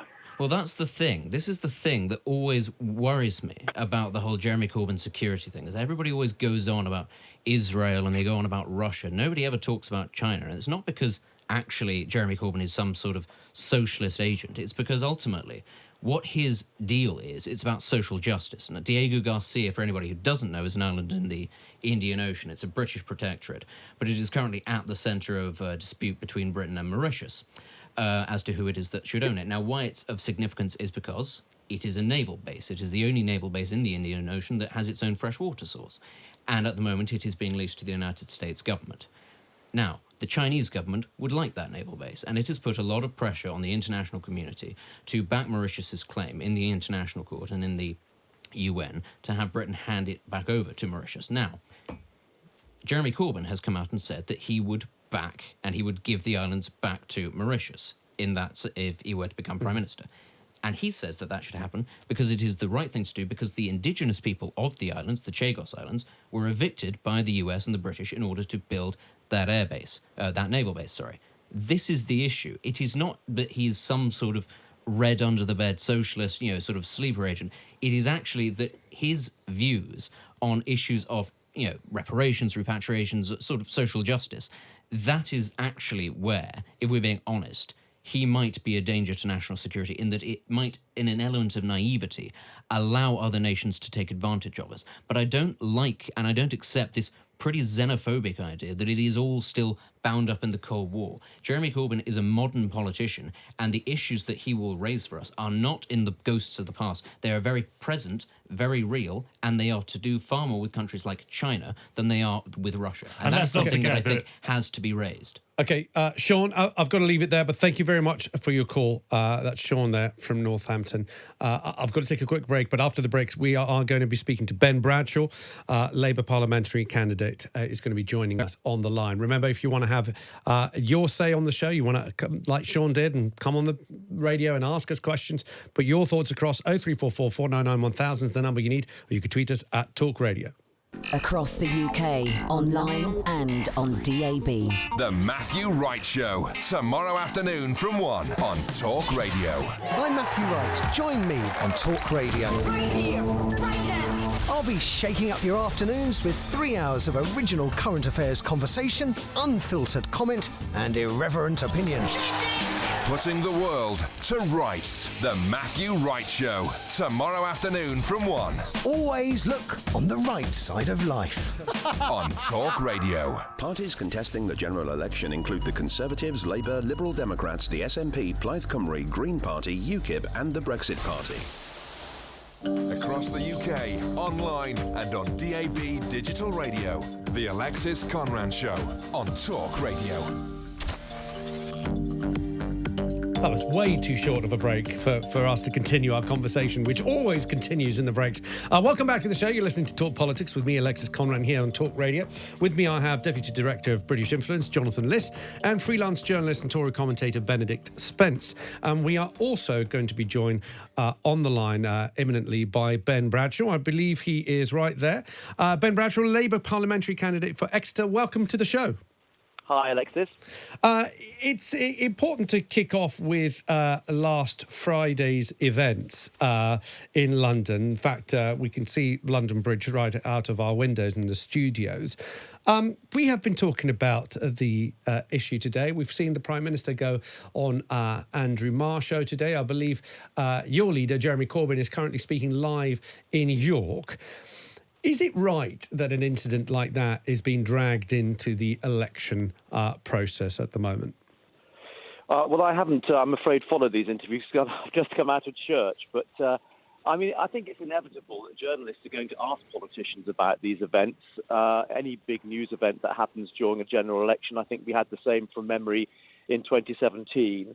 And I think as long as the interviews are conducted in a professional way and the politicians conduct themselves in a sensitive and professional way, then I think I don't see a problem in it. I think it's inevitable.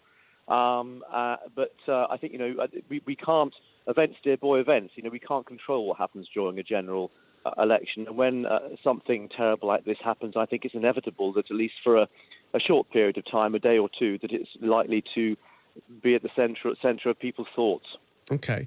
The IFS earlier this week looked at both your grey book and what there is of the Conservative Party costings based on their manifesto, and said that both of the parties have not put forward credible plans to pay for all the things that they're promising. On top of that, the Labour Party have talked about I think just over 50 billion for the WASPy women.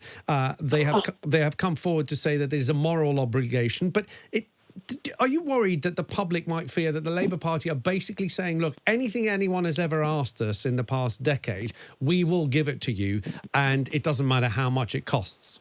No, I think the IFS analysis is rather unfair of Labour's policies, because I think what it didn't do is it didn't take into account the improvement in productivity that would come from some of the investment. We have one of the worst productivity rates of any developed economy because of a lack of investment. And investment isn't just money down the drain. It boosts productivity and then boosts overall wealth. But look, in reality, this election is not about whether we're going to have a majority Labour government. I don't think anybody seriously thinks that's possible. It's whether Boris Johnson gets a landslide and takes the country over a cliff at the edge of next year in a hard or no deal Brexit, or whether we prevent that happening and we move to a second revolution. Slip of the tongue there, Ben. Second referendum, and giving the people the final say. So let's be realistic about what the likely outcome of this election is, rather than too obsessed with what might happen in the unlikely event of a majority Labour government. Well, we'll keep the revolution at bay for a little bit longer. I don't know about you guys. I'm the Conservative here, and I'm going into the bunker now because the cat is out of the bag. You're frightening. Ben's identified a really important issue, which is that Brexit is a revolution, and if you want a revolution, do you want it led by the right or the left? Well, you'll get your chance to ask Ben your question in a second. But before we go, Ben, we were talking earlier on to Nadeem Zahawi. He was saying that actually the Get Brexit Done idea behind pretty much all the Conservative campaigning is a welcome one, because businesses up and down the country, and I'm sure where you are as well in Exeter, want this put to bed. This 3 years of not knowing what to plan for, the money that has been wasted, it can come to an end with a Conservative government who, if they come through with a majority, can pass their withdrawal agreement implementation bill. And actually, even though we get to the next stage of negotiations, but we have left, and therefore that gives something solid to companies to work on. Well, you just call the idea or the slogan, Get Brexit Done, an idea. It's not, is it? It's a lie. The idea that if Johnson gets a majority, Brexit will be done is a lie. It's going to go on for years and years and years. And the complexity of trying to divorce ourselves from relationships that have been built up over 45 years with our closest trading partners in what is the world's biggest single market is going to go on for a very long time indeed. It's going to be very, very complicated.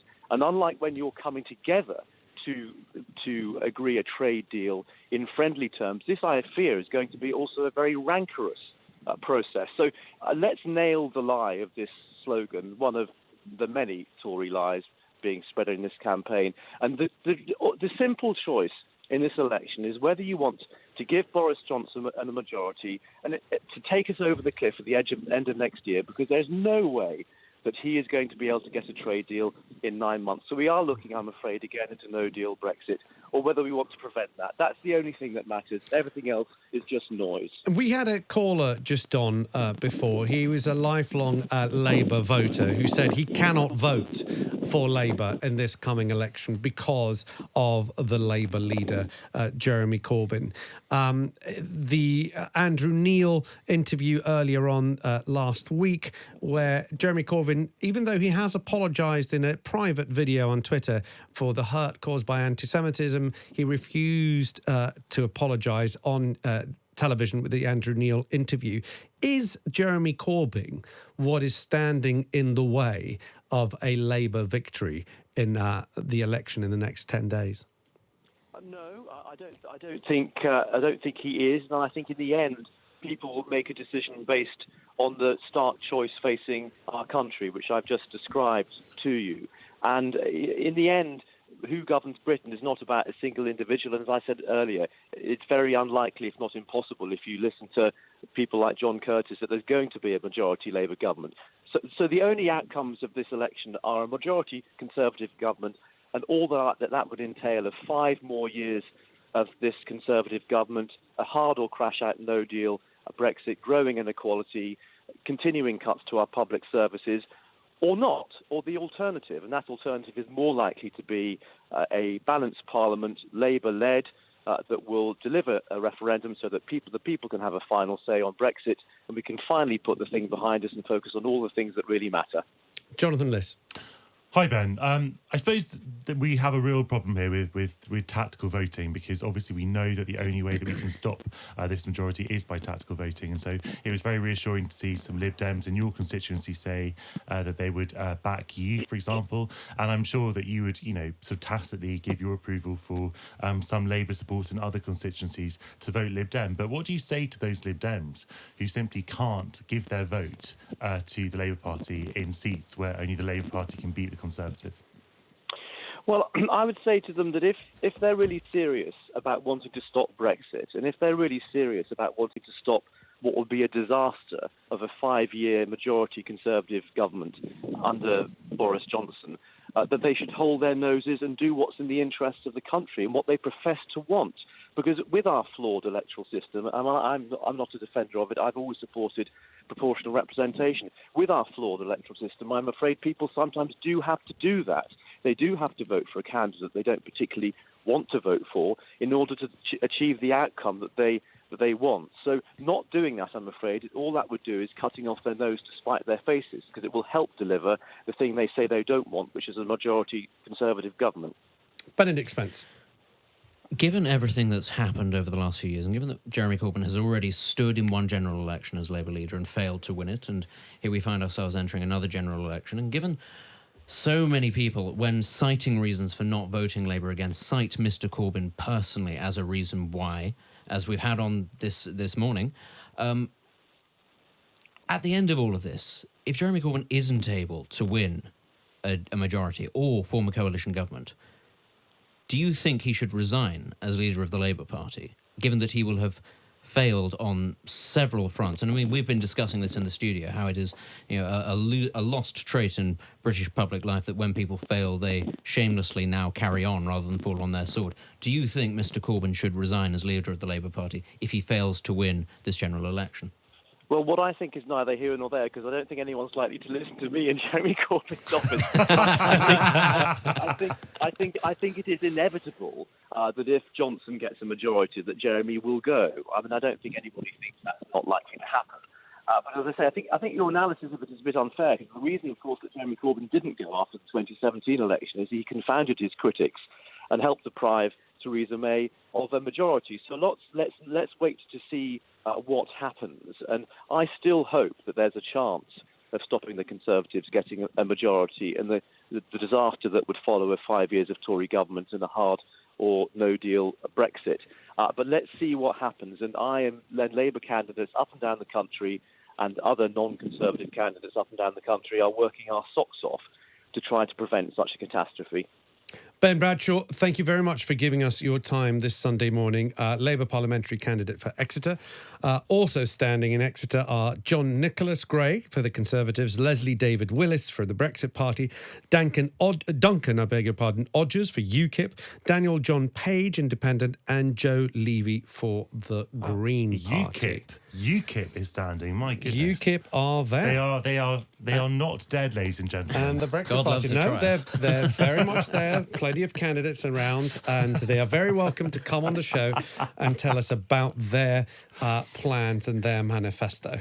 But there you have it from Ben Bradshaw, that essentially saying that he would back tactical voting when appropriate. I think that it's very difficult for Labour and candidates and MPs because you're not allowed to back non-Labour candidates in an election, as Alistair Campbell to all intents and discussed. But yes, it was a real shame that we didn't manage to get some kind of arrangement where Labour would stand down candidates in seats they simply couldn't win, and Lib Dems vice versa. But we are where we are. But don't people do this?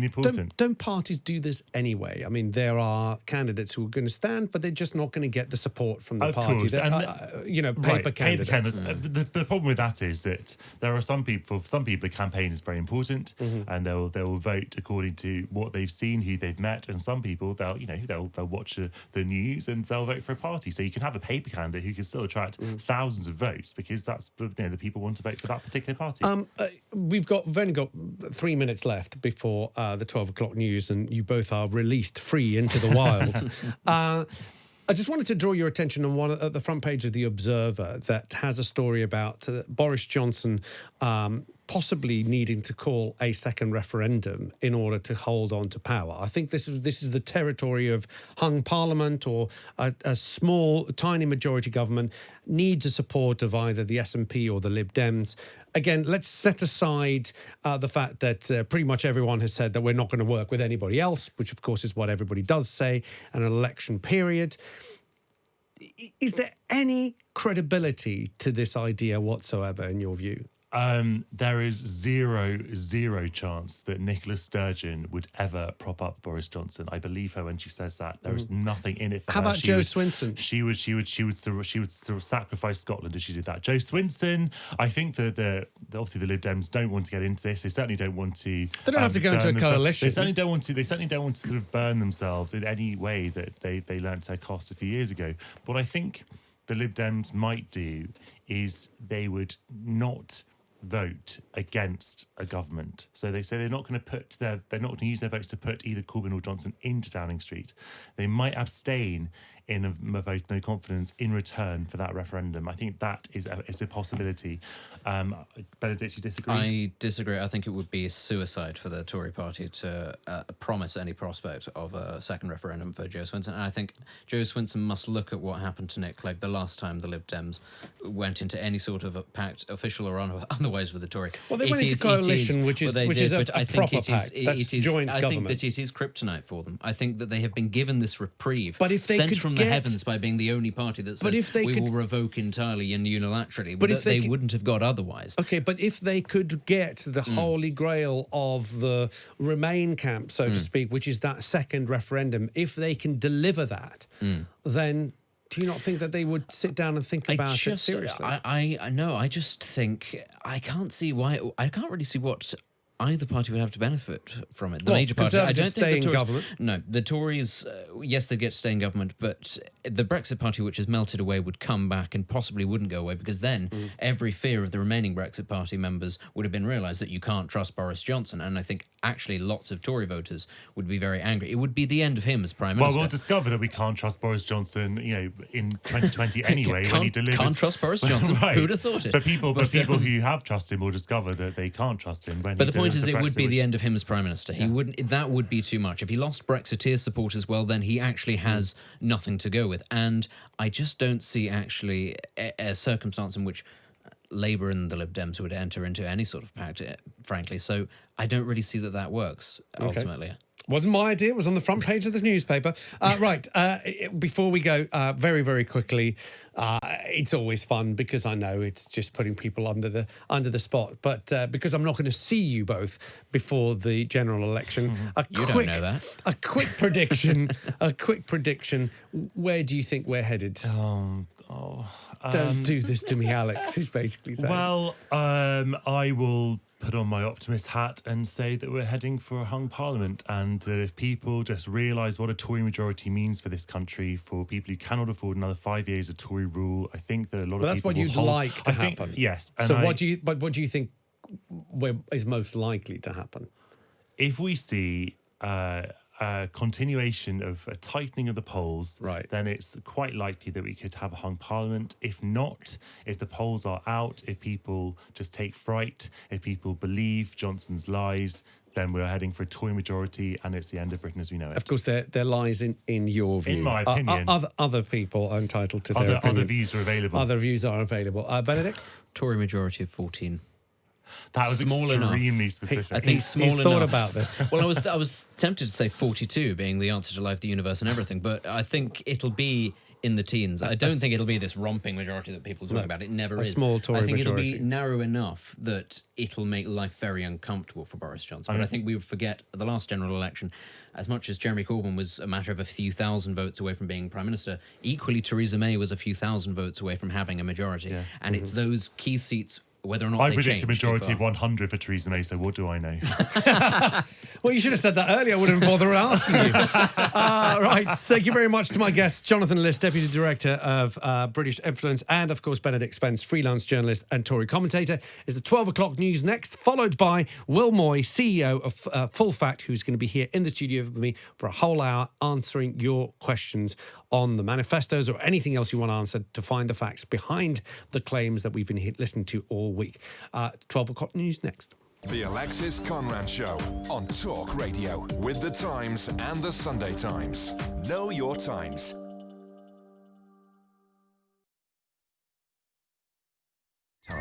If only there was a website that did all the hard work for you year after year.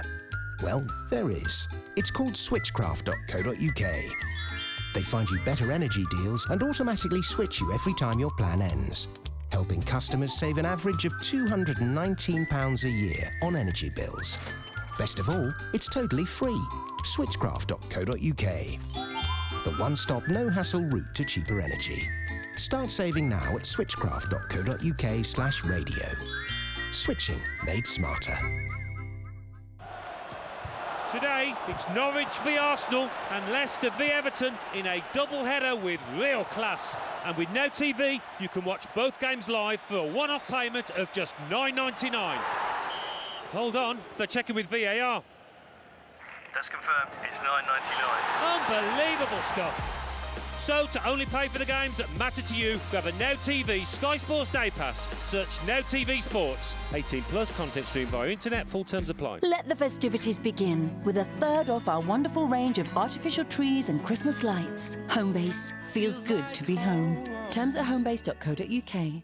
At DFS, Autumn-Winter Collection sofas are up to half price and many are guaranteed to be delivered before Christmas. Better be quick though, selected sofas end Monday. DFS. It's all about Christmas ease in the Sunday Times this weekend.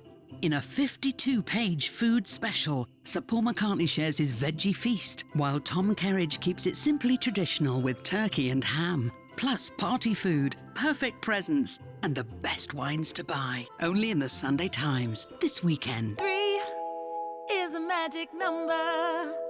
300 schemes to help bugs and bees, supporting environmental needs. 8,000 grants for local sports and performing arts get our support. 7 millionaires every week. The nation's on a winning streak. £30 million to good causes every week. Who'd have thought it? These are magic numbers.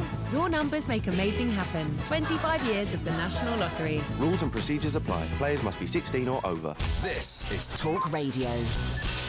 The Alexis Conran Show on Talk Radio with The Times and The Sunday Times. Know your times. Your old car, your loyal friend, so many memories. It's impossible to leave their side. Until now, get £5,000 off a selected brand new Citroën when you trade in your old car. Alors, out with the old, in with the new. Hello Citroën, hello comfort. The Citroën Swappage. Trade in your old car for a brand new Citroën, including the award-winning SUV range. Citroën. Discount on OTR price of selected Citroens excluding C1. Registered by the 31st of December when trading in a qualifying vehicle. Not in conjunction with other offers. Search Citroen Swappage for full T's and C's. My name's Ian, and I run the Christmas Centres for Crisis. Many people in Britain are homeless, stuck in hostels, sleeping on floors, even on the street. You can change this. Our Christmas Centres provide people with food, safety and support, and show them how Crisis can help them find a home and a job in the year ahead. You can reserve a place at Crisis this Christmas for just £28.87. Go to crisis.org.uk now. Help someone take their first step out of homelessness this Christmas. Thank you. Picture a boy. He's in his teens. In a classroom. Distracted. What do you see? A lack of concentration? Or do you see what we see? A young man wondering how he can change the world. There are troops on peacekeeping missions that need that right now. Your army needs you. Find where you belong. Sedge Army Jobs. The Sun are giving away £1 million to causes you love, and we want you to tell us who should get the money. So whether you want to keep the lifeboats afloat in Swanage, get the wheels on the minibus to go round for a children's hospice in Hull, or give a donkey sanctuary in Eastbourne a boost. Nominate a charity you love at thesun.co.uk/50 and see if you can help get them a share of the £1 million. The Sun at 50, celebrating ordinary people doing extraordinary things. Across the UK, online and on DAB. Talk Radio, on the hour news headlines. I'm James Lower, good afternoon. Jeremy Corbyn says he doesn't think terrorists should necessarily serve their full prison term. Political leaders have been discussing whether they should be entitled to early release after Friday's attack on London Bridge, where Usman Khan killed 2 people while out on licence. Boris Johnson's promising tougher sentences if he wins the election, while former Scotland Yard Chief Superintendent Dal Babu wants to know what happened to those who were convicted with him. I think we need an urgent risk assessment. Remember, Usman was one of 9 individuals found guilty of plotting to blow up iconic sites. What is happening to those other individuals? They're out and about. Are we confident that they are being monitored effectively? Elsewhere, a loud bang heard across parts of southeast England this morning was a sonic boom caused by fighter jets, according to police. 2 RAF Typhoons were scrambled to intercept a plane which lost communications in UK airspace. People reported being woken up by the noise in North London, Hertfordshire and Essex just before 4 a.m. The jets have returned to their base in Lincolnshire. Prince Harry's praised the work of rugby player Gareth Thomas, saying he's changed public attitudes about HIV. The former Wales star revealed he had the virus in September after a newspaper threatened to publish the story. European officials are reported to have launched an investigation into how Google collects users' data. EU regulators say they're looking into how the firm has made money off harvesting information on people's searches. And Prince William has paid tribute to the Queen for making a difference in a man's world during the early years of her reign. The Duke of Cambridge has told a festive TV programme how he's inspired by his grandparents, calling them the epitome of public service. William and wife Kate both appear on a Mary Berry cooking show later this month. So weather then, most places dry and sunny, but feeling cold outside. Talk Radio Sports Update.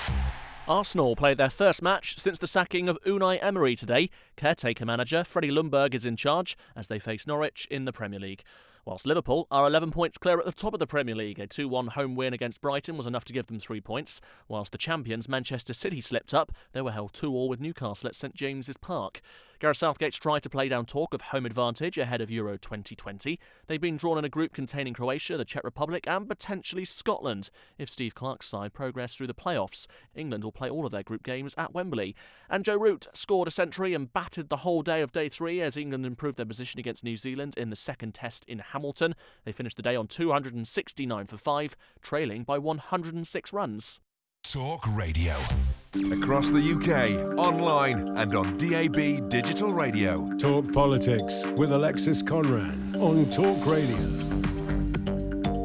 Welcome back to the show with me, Alexis Conran, here on Talk Radio. You're listening to Talk Politics here on Talk Radio with The Times. Be well informed. And now it's it's actually one of my favourite bits of the week, actually, because I welcome to the studio CEO of fullfact.org, Mr. Will Moy, is back again. Thank you, Alexis. Can I start by saying thank you for giving us your time?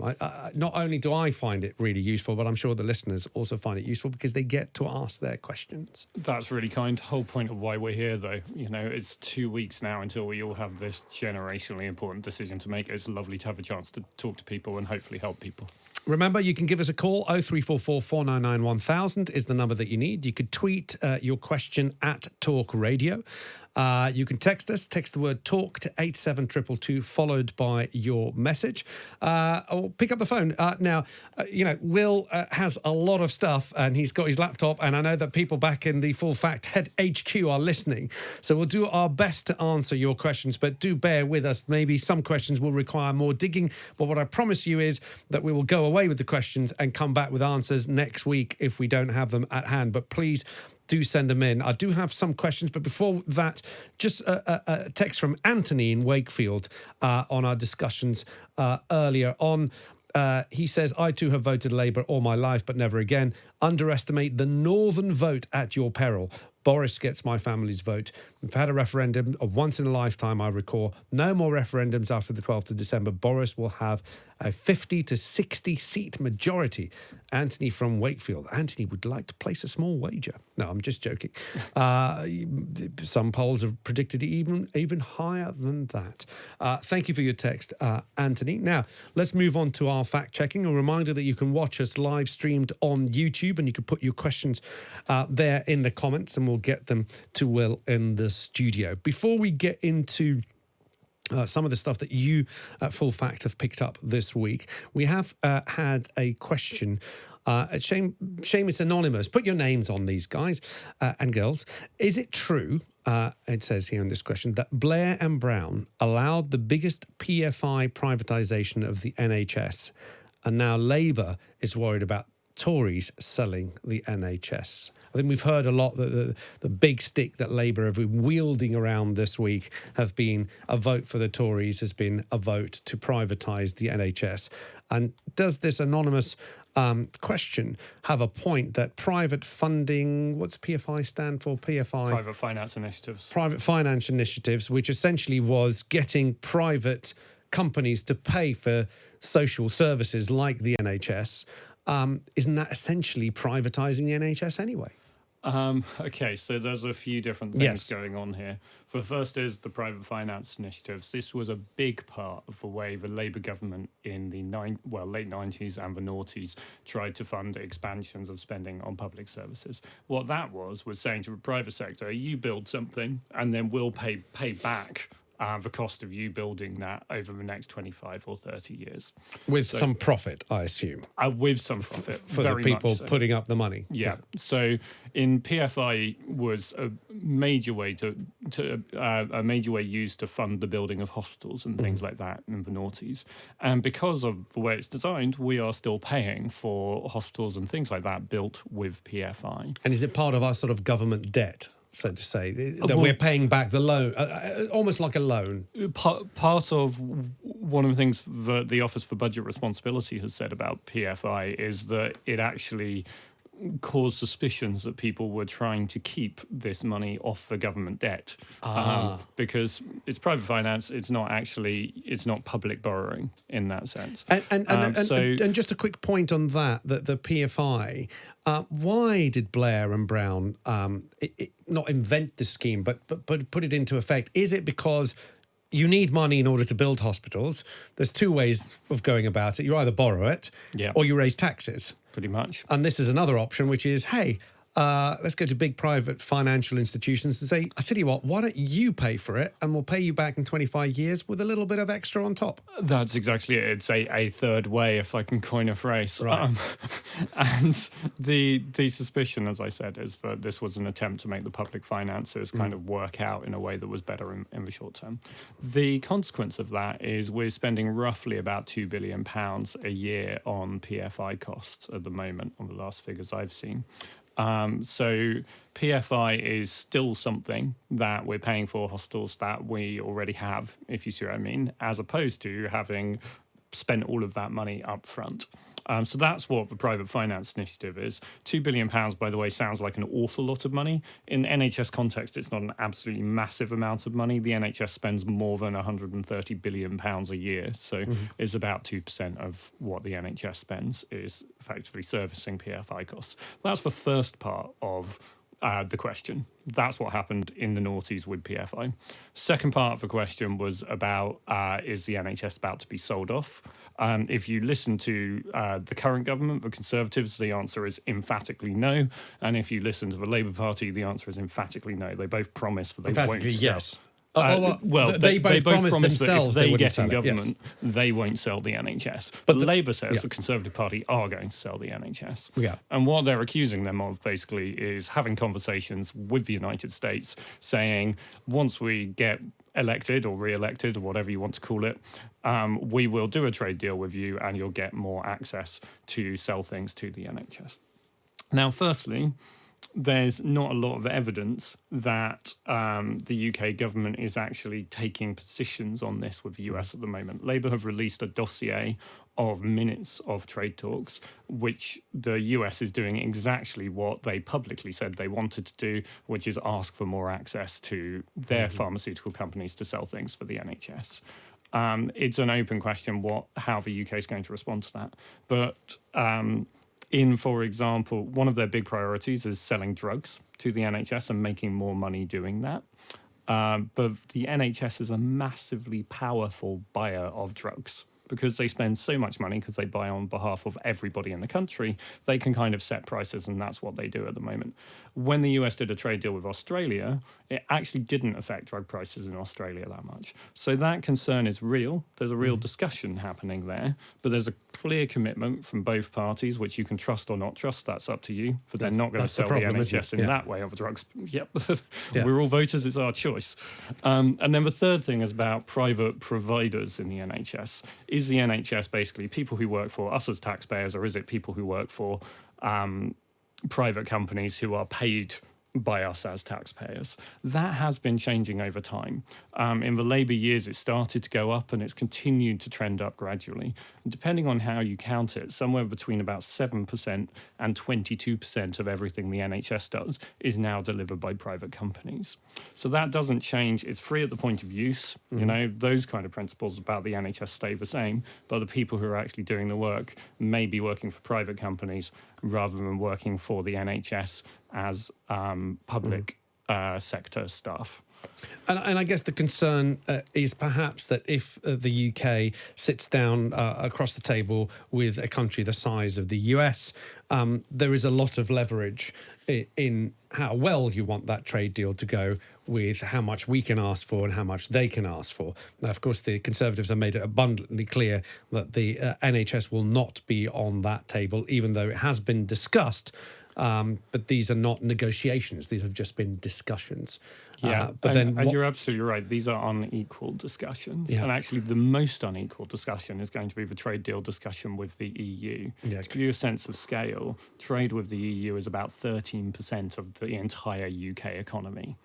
Trade with the UK is about 3% of the EU's economy. Yeah. No, so the EU, like the EU massively matters to the UK's economy. When we do a trade deal with them, they'll have a lot of power to kind of say, this is what we want. And what deal we do with the EU will have knock-on effects for what deals we can do with other areas. If we have a tight deal with the EU, it restricts what we can do with other countries, and vice versa. So these are going to be really complicated discussions that the next government is going to be having. Which is why the Get Brexit Done, it's not quite. I mean, we discussed this last week, so I don't want to go back into that again. Get Brexit Done does get it done in one way, in the sense that we leave the EU institutions. But if people think that Get Brexit Done means that we don't have to think about Brexit ever again, they are very, very much mistaken.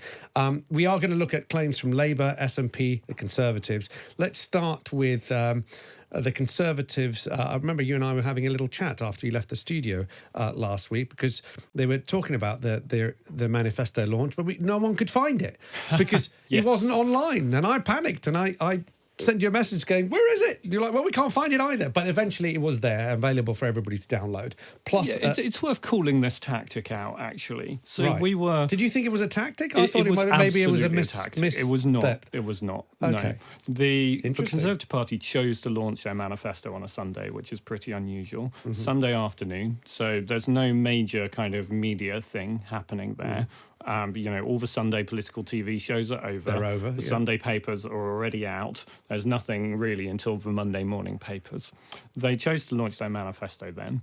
They launched it in Telford, and they gave people copies of the manifesto who were at the launch event, and then they didn't post their electronic copy of the manifesto online for about an hour after the manifesto launch, which meant that people who wanted to scrutinise that manifesto, including Full Fact, including other political parties, including journalists, were left unable to do so. And, actually, if you want to ask for people's trust and you want to form the next government, you should be upfront about what you're doing, and you should make it possible for people to ask you questions. So we weren't impressed. No, I thought I was being an idiot and couldn't find it online. Let's take a quick break because we've got a lot to get stuck into. We're gonna look at the 50,000 more nurses or new nurses, which I had a chat with Nadeem Zahawi. I have to say I'm still none the wiser. I'm still getting confused. You can watch us live streamed on YouTube. You can call us and ask your questions. Will's here until 1 o'clock.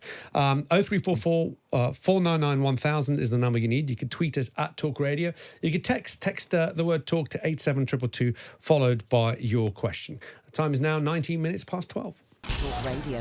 Contact Talk Radio. Call 0344 499 1000. Text TALK and your message to 87222. Texts cost 25 pence plus your standard network rate. Or you can tweet us at Talk Radio. This is Talk Radio. The Alexis Conran Show on Talk Radio with The Times and The Sunday Times. Know your times. Clean teddy bears, afternoon snoozes on the sofa, and weekend box set binges. All made possible by Bright House. Because with up to 30% off APR across appliances, entertainment, technology, and our new Argos price match, you can grab a great deal. Bright House, your weekly payment store. Representative APR 69.9%. Argos price match for exact product matches only. Terms apply. Credit available subject to status. Vodafone Black Friday is here with 4 days of our best ever deals. Save £312 on the brilliant Samsung Galaxy S9. Now at our lowest ever price from only £31 a month, plus £9 up front on our unlimited data plans. Hurry, Black Friday deals end Monday. The future is exciting. Ready? Vodafone. RPI increase minimum term agreement and terms apply. Max download speeds applies to unlimited data. Terms and savings at vodafone.co.uk/unlimited. Join us for the perfume shop's biggest Black Friday ever with huge savings like Diesel Only the Brave EDT 75ml, only £24.99, save £25.50. Plus buy 2 and get 20% off the second item. Offer ends 1st of December, savings off RRP while stocks last, exclusions apply. For T's and C's, visit us in store or online at theperfumeshop.com. The Times Expert Traveller Sale starts this Friday. Save up to £2,000 per couple on unique cruises and tours hand-picked by travel experts from The Times and The Sunday Times. Explore the world, from Japan and Vietnam to Europe and the Caribbean, with inspiring itineraries. And enjoy exclusive experiences and complimentary upgrades. The Times Expert Traveller Sale. Visit thetimes.co.uk/expert traveller sale to view the full range of exceptional offers. Terms and conditions apply. Talk Radio, traffic and travel. In West Yorkshire on the M62 eastbound, we've got some slow traffic because of a broken down car blocking lane 1 between junction 26 for Chain Bar and 27 for Gilderson. In Greater Manchester, the A57 Church Street remains closed, and that's in Eccles. It's between Trafford Road and Corporation Road. It's because of a building fire. The M25 anti-clockwise in Kent between junction 3 for the M20 at Swanley and junction 2 for Darren. The accident's now on the hard shoulder, but there are delays. And the A22 Caterham bypass remains closed northbound from the M25 up to Caterham because of an earlier accident. I'm Michael Page. 3 is a magic number. 300 schemes to help bugs and bees, supporting environmental needs. 8,000 grants for local sports, and performing arts get our support. 7 millionaires every week, the nation's on a winning streak. £30 million to good causes every week. Who'd have thought it? These are magic numbers. Your numbers make amazing happen. 25 years of the National Lottery. Rules and procedures apply. Players must be 16 or over. Across the UK, online and on DAB Digital Radio. The Alexis Conran Show on Talk Radio. Welcome back to the show with me, Alexis Conran, here on Talk Radio. Will Moy, CEO of fullfact.org, is here with me, and we are going to start on some fact checks. If you have any questions, give us a call. 0344 499 1000 is the number you need, or you can tweet us here at Talk Radio. First up, you just mentioned it in the break, and I thought, oh no, let's have that up front. This concerns students and electoral fraud, well, voting fraud. Tell us a bit about that. Yeah, so as many people will know, if you're a student, you can register to vote in two places. You can register to vote in your university town, and you can register to vote at home. Mm-hmm. Some people think this means that you can vote in two places, or that there is lots of people voting in two places. Let me be absolutely clear. If you try to vote twice in a general election, you are committing a criminal offence. Mm-hmm. Don't do it. And you are in danger of being prosecuted. So the Electoral Commission publishes very detailed numbers about the amount of electoral fraud committed in any given election and what's reported and so on. They reported over 1,000 messages from members of the public about media reports about the possibility of students double voting, 1,013 emails and 15 telephone calls. But actually, in terms of credible allegations, this is a really, really small thing. Just been looking at the data for the last general election, 365 cases that were looked into, and 65 of them potentially relating to multiple voting or something like that. Single figures for any action actually taken. So the idea that there is some kind of rife problem with people double voting doesn't seem to be backed up by what the authorities are doing. Two things about that. If you have evidence that somebody is breaking the law, then tell the authorities, tell the police, tell the Electoral Commission. Second thing is our election law is hopelessly out of date, and what we should be doing is having a central register of everybody who's registered to vote in a way that makes it easy to check who has voted and who hasn't, and make sure it's easy to identify this kind of thing. But nobody's updated our election law since the last century, so that's why we haven't. It does seem insane that we are so far behind with, as you said, just you have an online database, and the moment someone votes, that gets ticked off somewhere. So instantly you can stop people who are even thinking about voting twice. That can't happen. Yeah, but it seems a bit odd. In this day and age, this is just one part of the public sector that hasn't had the love it needed in the last, since 2005, which is when the last major law was passed. We could do this much better, but the idea of election fraud is rife is not true.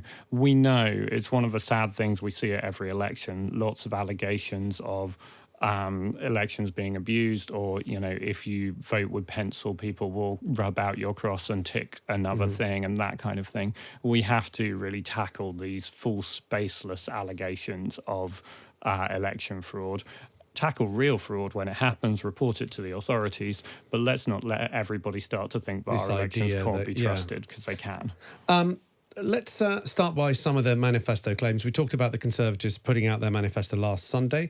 What have you looked into some of the claims that were in that manifesto? What have you found?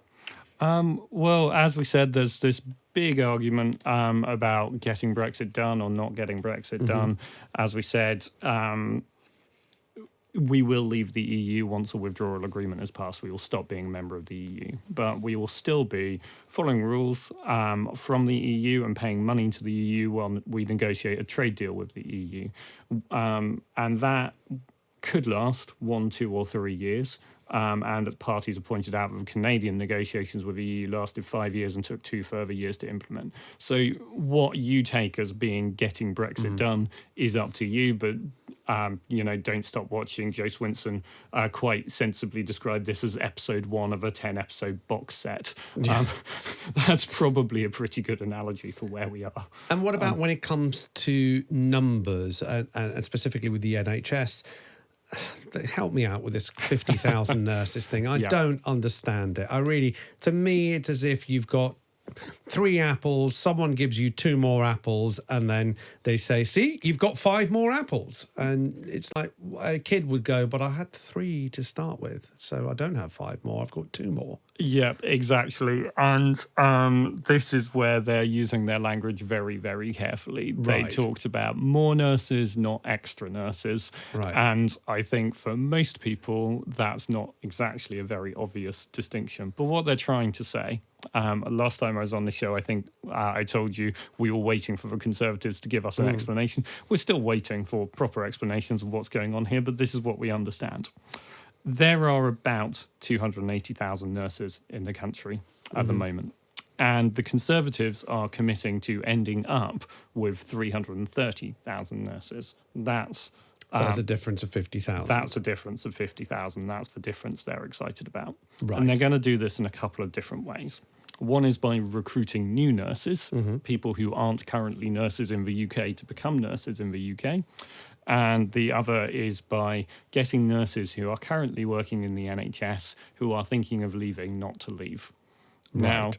let's take that bit because that's the surprising bit. Hang on, if they're already working in the NHS, how on earth are they new nurses? Yeah. Answer is people leave the NHS all the time. People leave every job all the time. You know, there's every organisation has a retention rate and a certain level of staff turnover. One concern in the NHS is that staff turnover is too high, that too many people are leaving the NHS. And if they can tackle the level of turnover in the NHS, then they can keep more of the existing people who work there staying in the NHS, staying as nurses, and that helps to slow the rate of loss of nurses, Right. and therefore end up with more nurses than they would otherwise But have basically, even in their own numbers, it's not new. It's some of them are going to be new, about 19,000, which is almost 50%, just under, well, let's call it 40%, round it all off, are going to be people that they are going to keep there by, I don't know, pay them extra or renewing their contacts and preventing them from leaving. Exactly. Fine. And then the rest are either hired from abroad or Right. trained in the UK. Okay. The other thing to say about this, by the way, is we can't see how the numbers add up on how much they think they're going to spend on this. 50,000 nurses costs a lot of money, almost £3 billion. In that manifesto, they've talked about just under £1 billion to do this. We don't understand how they think they can make those numbers add up. Let's look at one more claim here. Boris Johnson was quoted as saying the £34 billion increase in the NHS funding was the biggest increase in living memory. Is that true? I mean, the temptation to be pedantic and point out that the NHS was only started in 1948, which is probably the biggest increase, but let's leave that to one side. The last time there was an increase this big was between 2004-05 to 2009-10. So no, it's not the biggest increase in living memory. It's not even the biggest increase in a child's lifetime. What they are doing is ignoring inflation. Right. Things get more expensive over time. So if you're talking about the cost of a treatment or a nurse or something else now and comparing it to the cost of that same thing in the 1980s, you are not comparing the same numbers Like for at like. all. Yeah. Yeah. So once you factor in inflation, that claim goes away. It's a favourite thing of every political party, They all isn't do it? it. They give you, they say, look, in comparison to 10 years ago, we're putting in more money, therefore we've increased spending. And then when you point out that actually things cost more, and that that extra money is not even enough to cover the increase in costs. So actually in real terms, which is the phrase I've learned from your website, in real terms, it doesn't add up. And I really like that because real is the word. You know, everything else is unreal. The question is the value of the money you're putting into the NHS going up? And if you ignore inflation, then it isn't going up. Now, Labour Party, who seem to be sort of adding on to their manifesto pledges as and when, the WASPy women issue that they felt is a moral obligation, that's fine. But when asked how to pay for it and where the money's going to come from, have they been open about where? I think they've said they're just going to borrow it from government bonds. I think that's the last thing I've heard. But have you found any numbers behind their WASPy women policy that's just made the news the last week? Let's be balanced and point out that both parties are now making spending commitments that are in addition to their manifesto, and it's not clear where the money's coming from. The Conservative Party have decided not to raise fuel duty, according to Boris Johnson, who's entitled to say what their policy is. The Institute for Fiscal Studies says that's going to cost about £9 billion a year. So the Conservatives need to explain where that comes from. The Labour Party, with the WASPy women, this is women who've been affected by changes in the pension age. What they're promising to do is a cost of about £58 billion, now albeit over a long period of time. But that's a huge amount of money, and their explanation of it is, well, if the government lost a court case, they would have to find the money, so we will find the money. Right. Okay. There we go. Well, we'll just find the money. Obviously, the only places government can really find money are by borrowing it, or by raising taxes, or by cutting spending elsewhere. Or by inventing PFI. Which only changes when you spend the money. Yes, exactly. Let's also look at the SNP's, their manifesto. They included a claim that Brexit has meant the Scottish economy is £3 billion smaller than it would have been. How can they possibly know what it would have been if it hasn't happened? Also, we haven't left. I find this a very... what sort of crystal balls do you have to look into to make a prediction on something that would have happened but hasn't happened, and you're able to even calculate the difference? That's a very good question. So economists obviously forecast what the size of the economy will be over time.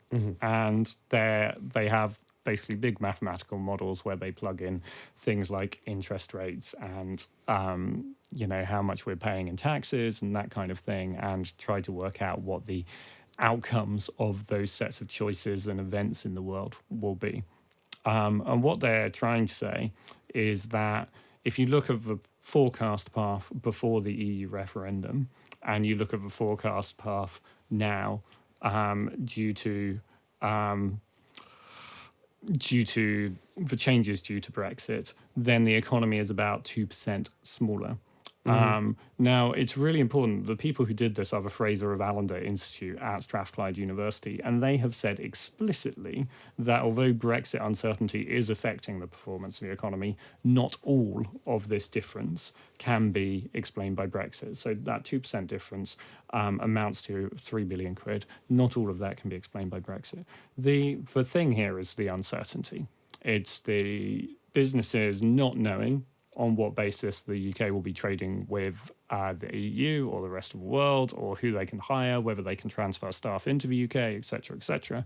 That obviously changes if you're going to invest, where you're going to invest, when you're going to invest. We saw that recently with Elon Musk, the famous global tech entrepreneur and Mr. Tesla, extraordinary man with his spaceships and all the rest of it, deciding to build his factory in Germany, not the UK. These kinds of decisions. And he specifically cited Brexit, didn't he, in his decision? Did, yeah. And essentially this is a sort of, once in a long period of time decision for a large company, and they want to make it knowing that that's going to be a good long-term investment. At the moment in the UK, obviously there's a lot of uncertainty, so that's hard to do. Okay. Let's take a quick break because we've got a couple of more questions come in from our listeners. Keep them coming. 0344 499 1000 is the number you need to get online on the phone and ask, have a chat with me and Will here. Join us. Get us your questions. Or you could tweet your questions at Talk Radio, as many of you have, and text them. Text the word talk followed by your question to 87222. We'll be straight back after this break. Across the UK, online and on DAB. Countdown to the election on Talk Radio. The Alexis Conran Show on Talk Radio with The Times and The Sunday Times. Know your times. 25% off. This week at Tesco, we're taking that exact percentage off wine and fizz when you buy 6 bottles or more. So, technically, every fourth glass is on us. Tesco, delivering Christmas for 100 years. 18 plus excludes Express and Scotland Max 36. Exclusions apply. End 2nd of December. Today, it's Norwich v Arsenal and Leicester v Everton in a double-header with real class. And with no TV, you can watch both games live for a one-off payment of just $9.99. Hold on, they're checking with VAR. That's confirmed. It's $9.99. Unbelievable stuff. So, to only pay for the games that matter to you, grab a Now TV Sky Sports Day Pass. Search Now TV Sports. 18 plus, content streamed via internet, full terms apply. You know the trainers I really wanted? I got them 70% off. Wow, that's amazing. Where from? Online at Zalando. They have so many Cyber Week deals on right now. Attention travellers, we have reached our final destination, Black Friday at Zalando. Save up to 70% on thousands of shoes, accessories and clothing. Zalando. Free to be. On 3, our unlimited data is actually unlimited, like 4 reels. That means you can scroll and scroll and scroll through all the Black Friday deals. Because we have no speed limits, no data caps, and you'll be 5G ready at no extra cost. Wow, so many savings. Our Black Friday deals are now on. Save up to £480. Switch to 3, in-store or online. See 3.co.uk/unlimited-data. Savings on selected phones on 24-month contracts. Ends 5th of December. Terms apply. On the first weekend of Christmas, the sun gave to me tasty hairy biker recipes. Get ready for the festive season with the Hairy Bikers Christmas Extravaganza. Enjoy 3 days of recipe pullouts from perfect turkey to a Boxing Day showstopper. Continues in the sun on Sunday. Talk Radio, traffic and travel. In West Yorkshire on the M62 eastbound, we've got some slow traffic because of a broken down car blocking lane 1 between junction 26 for Chainbar and 27 for Gilderson. In Greater Manchester, the A57 Church Street remains closed, and that's in Eccles. It's between Trafford Road and Corporation Road. It's because of a building fire. The M25 anti-clockwise in Kent between junction 3 for the M20 at Swanley and junction 2 for Darren. The accident's now on the hard shoulder, but there are delays. And the A22 Caterham bypass remains closed northbound from the M25 up to Caterham because of an earlier accident. I'm Michael Page. 3 is a magic number. 300 schemes to help bugs and bees, supporting environmental needs. 8,000 grants for local sports, and performing arts get our support. 7 millionaires every week, the nation's on a winning streak. 30 million pounds to good causes every week. Who'd have thought it? These are magic numbers. Your numbers make amazing happen. 25 years of the National Lottery. Rules and procedures apply. Players must be 16 or over. On DAB, online and on your mobile. Countdown to the election on Talk Radio. The radio station that's always first past the post with up-to-the-minute election news, expert comment and instant reaction. Countdown to the general election on Talk Radio. Across the UK, online and on DAB digital radio. The Alexis Conran Show on Talk Radio. Welcome back to the show with me, Alexis Conran, here on Talk Radio with The Times. Know your times. With me, I have Will Moy in the studio, CEO of fullfact.org, and we are taking some of your questions and also looking at some of the fact-checking that Full Fact have been up to this week with the release of the Conservative Party Manifesto last week. In answer to one of your questions here, I can answer this because I've asked Will already, but it's anonymous, but it said, how about fact-checking the entire Boris Johnson interview with Andrew Marr this morning, or at least bits that could be understood? I believe that you are on the case of that. We are very much on the case. My colleagues are in the office at the moment. We were all watching the interview this morning. Obviously, there's a lot going on. We're also at the moment tracking the online reaction to the attacks on London Bridge yesterday, trying to make sure that disinformation isn't being spread in that context. We're planning to respond to all of those things tomorrow. Mm-hmm. So people can head to fullfact.org and that will be completely fact-checked. Incidentally, we talked about it in the break, and I think it is important to bring it up for people listening at home. There was a fake tweet that went viral. It looked like it had come from Jeremy Corbyn's Twitter account. I'm not even going to say what the message was. No, absolutely. But fair to say that there is a very, very dubious fake tweet doing the rounds. That's been, well, it's completely fake. Yeah, just be careful what you look at online about these kinds of things. There are always people trying to sow discord and to try to misrepresent what's going on for their own political or personal ends. If something hasn't come directly from the official account of the person concerned, then assume it's probably not them saying it unless you've traced it back. Be careful what you share. This was a screenshot of a tweet, and I think it sort of spread very quickly on WhatsApp groups and Facebook groups. Here's a question which I think sprung from Boris Johnson's earlier interview this week. Abracadabra Girl, I like the name, Abracadabra Girl, says, how many EU deals are there and how many new ones are complete? I believe this is the question of how many deals has the UK rolled over. We were told that all these deals were going to be just rolled over automatically. Do we have a number on that? Yeah, so at the moment, the UK has signed 18 continuity trade deals, which cover 48 different countries or territories. So these are deals to replicate the existing EU trade deals. Mm-hmm. That's all that the UK is allowed to sign at the moment. When you're a member of the EU negotiates trade deals on behalf of the whole EU with all of its collective bargaining power, so individual member states can't negotiate their own trade deals. In parallel to that, the National Audit Office in May this year said that the Department of International Trade, who are doing these negotiations, has consulted on 4 proposed trade agreements for after we leave the EU, assuming that goes ahead, the USA, Australia, New Zealand, and the Trans-Pacific Partnership, which is 11 different countries. So in total, that's about 12 countries outside of the continuity agreements that there are discussions going on with at the moment. I thought TTIP, that one, the Trans-Pacific Partnership, included the US, did it not?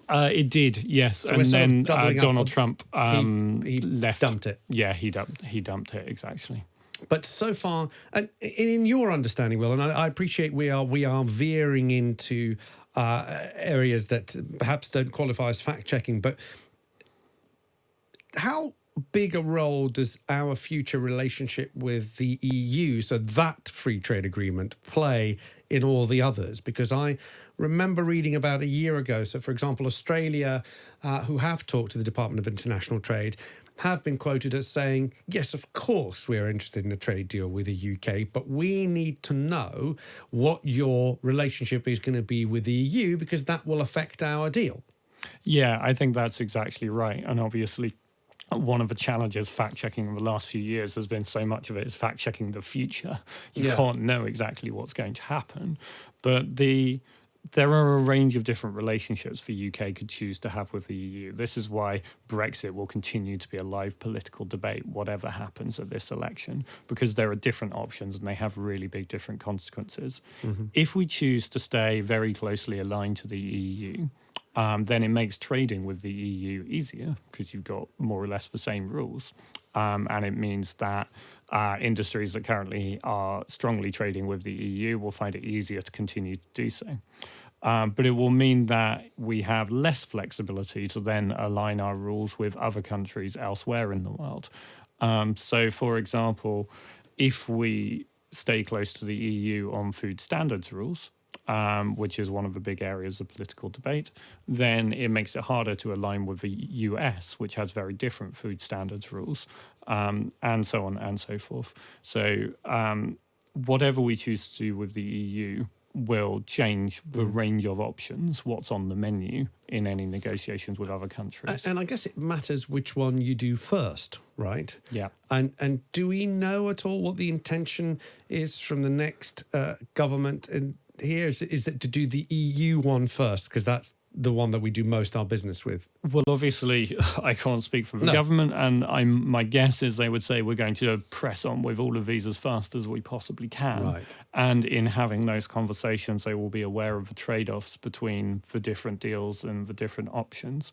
But the timetable for the EU one is that it's meant to be agreed by the end of next year, which is hugely ambitious, and that programme can be extended for 1 year or 2 years beyond that. So that's the timetable they're meant to be working to. Mm-hmm. The government has said that they won't extend that period at all. And again, that's a very ambitious thing to say. So we'll see what actually happens in practice. And am I right in thinking that the future government after the 12th of December have to inform the EU by July 2020 if they want to extend or not? Yeah, there's a cut-off point in mid-year, and I'm not, to be honest, exactly sure of the details of the negotiating process, but there is a cut-off period next year.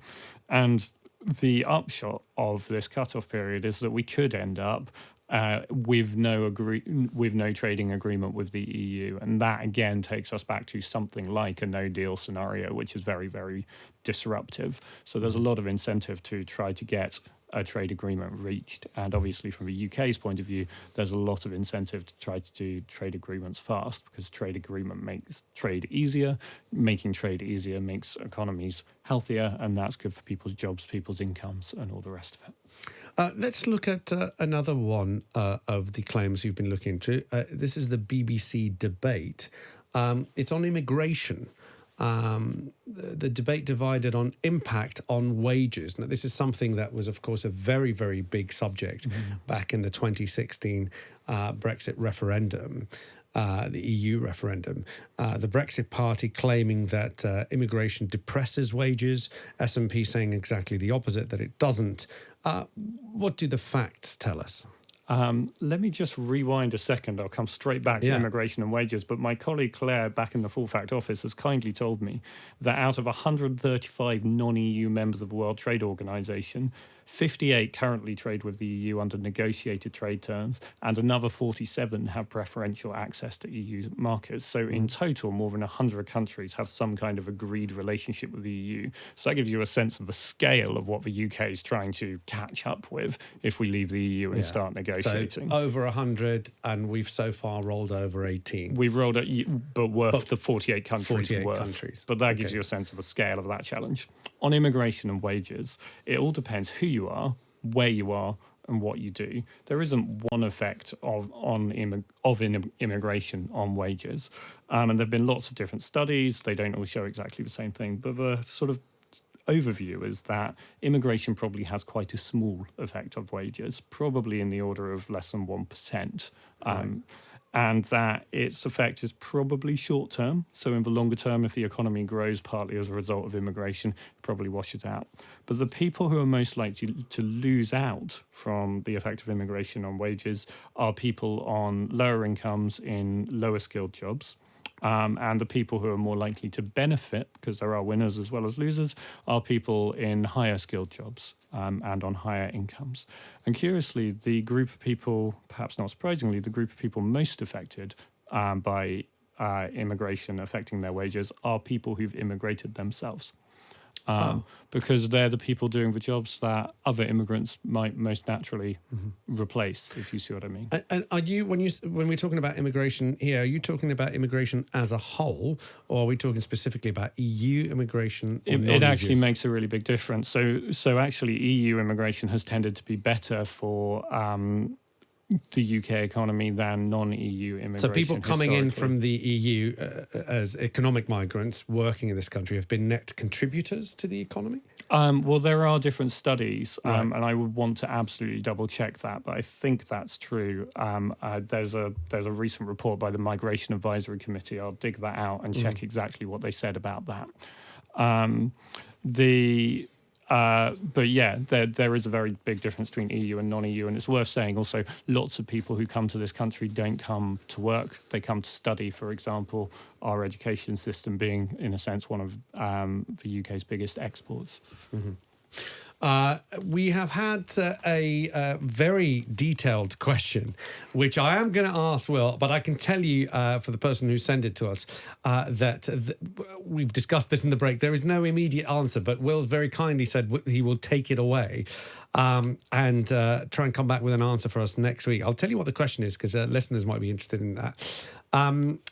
Jeremy Corbyn and Joe Swinson both claimed that high-speed 2, HS2, would reduce flights, yet it is connecting up 4 airports that all have expansion proposals because of HS2.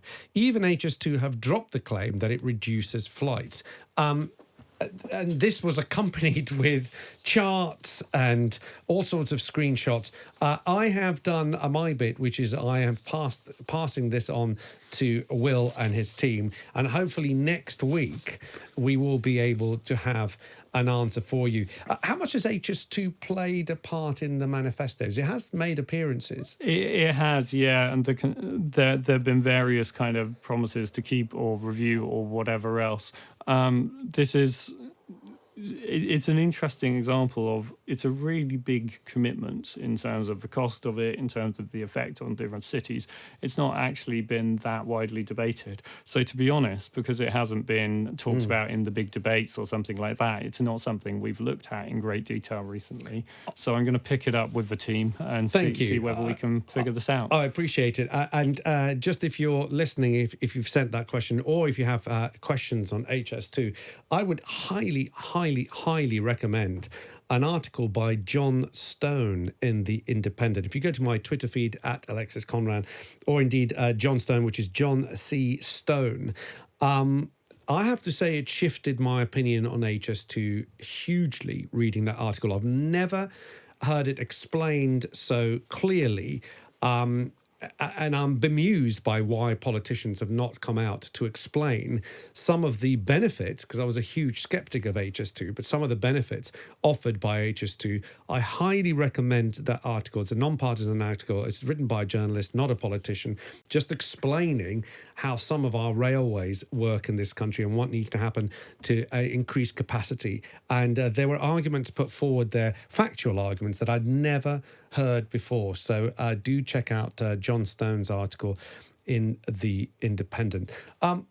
What's coming up for Full Fact? You're going to be doing a full fact check on Boris Johnson's interview on Andrew Marr this morning, and that's going to be up on the website. We'll be responding, yeah. I mean, a lot of that is things he said before, but we'll be responding to that. We're currently looking at changes in terror law and criminal justice system, and in the aftermath of the attack and the claims the parties have been making. I think it's worth saying we're in the middle of the election. They're all trying to get elected. Take everything with a pinch of salt and just be a bit careful about what you trust. We'll have a full fact check of that out tomorrow. We are also fact checking tonight's seven-way party leader debate, seven-way debate on ITV. So if you haven't had enough election yet, there's 2 hours more of it this afternoon, which we'll be in the office for, so think of us. And just by the way, to pick up on what I was saying, the Migration Advisory Committee report, you can find this on gov.uk. Look for Table 7.1, has a summary of the impact of European Union workers on the UK. Quote unquote, overall no evidence that EEA migration has reduced wages for UK-born workers on average. Some evidence that migration has reduced earnings growth for the lower paid and raised it for the higher paid, but these findings are subject to uncertainty. So that's the official verdict on EU migration specifically. Thank you for that. As we've always said, thank you so much for giving us your time. I think it's extremely valuable, not just for myself actually, but also for our listeners. And I know that we have a lot of people watching on YouTube and a lot of people who are sending questions and commenting on what goes on. So thank you again for your continued fact-checking on this election. I would, just because we touched on it, and I know you said that you were going to be doing a bit of fact-checking on all the politics surrounding the Friday's incidents, Friday terror attack. I will reiterate what I said in the middle hour of the programme, which is if you want to get some great explanations and facts on the case and the legal status of the case, I can do no worse than going to see the Twitter feed of The Secret Barrister. Find at The Secret Barrister. There's a very unbiased, purely factual, with references and everything, explanation of the system of what happens to terrorist suspects, why they get released, when the laws were changed, and also a bit of fact-checking of what people have been saying so far. Suffice it to say, no politicians from both sides of the argument have covered themselves in any sort of glory so far. Very quick to take to Twitter, very quick to make statements that are not really have been thought through. So The Secret Barrister, I would highly recommend if you want to have an informed opinion on the subject matter. Thank you very much for all your texts, your tweets, your calls, for engaging with us on Facebook. The show's growing and growing, so we can't have done that without your support. Thank you to those who agree. Thank you to those who disagree. This isn't about having an echo chamber. All I'm trying to do is bring opinions together, try and see if there is a common ground that we can all agree with. And I think Will Moy and his team and Full Fact and all the fact checkers out there are doing a great job for giving us something that we can all take as a good starting point to start a debate. There's too much of opinion masquerading as fact at the moment, and in the next coming days, I think we're going to see a lot more of that. So it's up to us to keep saying. Go to trusted sources, places that we trust, places that don't necessarily agree with us, and get the material from there. That's all from me. Jamie East is coming up next after the 1 o'clock news. Stay tuned. We are Talk Radio. The Alexis Conran Show on Talk Radio with The Times and The Sunday Times. Know your times. With offers on every home, open the door to big Black Friday deals at Bellway. 10 whole days of unmissable offers. Visit your nearest Bellway development, pick your perfect home, and bag an unbeatable deal. There's never been a better time to get moving. Unmissable deals on every Bellway home on now ends December 8th. To find out more and your nearest development, visit bellway.co.uk. Selected developments, conditions apply. eBay's Black Friday deals are here. Oh my god, oh my god, oh my god. An Oral-B Smart 5000 toothbrush that was £99. Digital debate for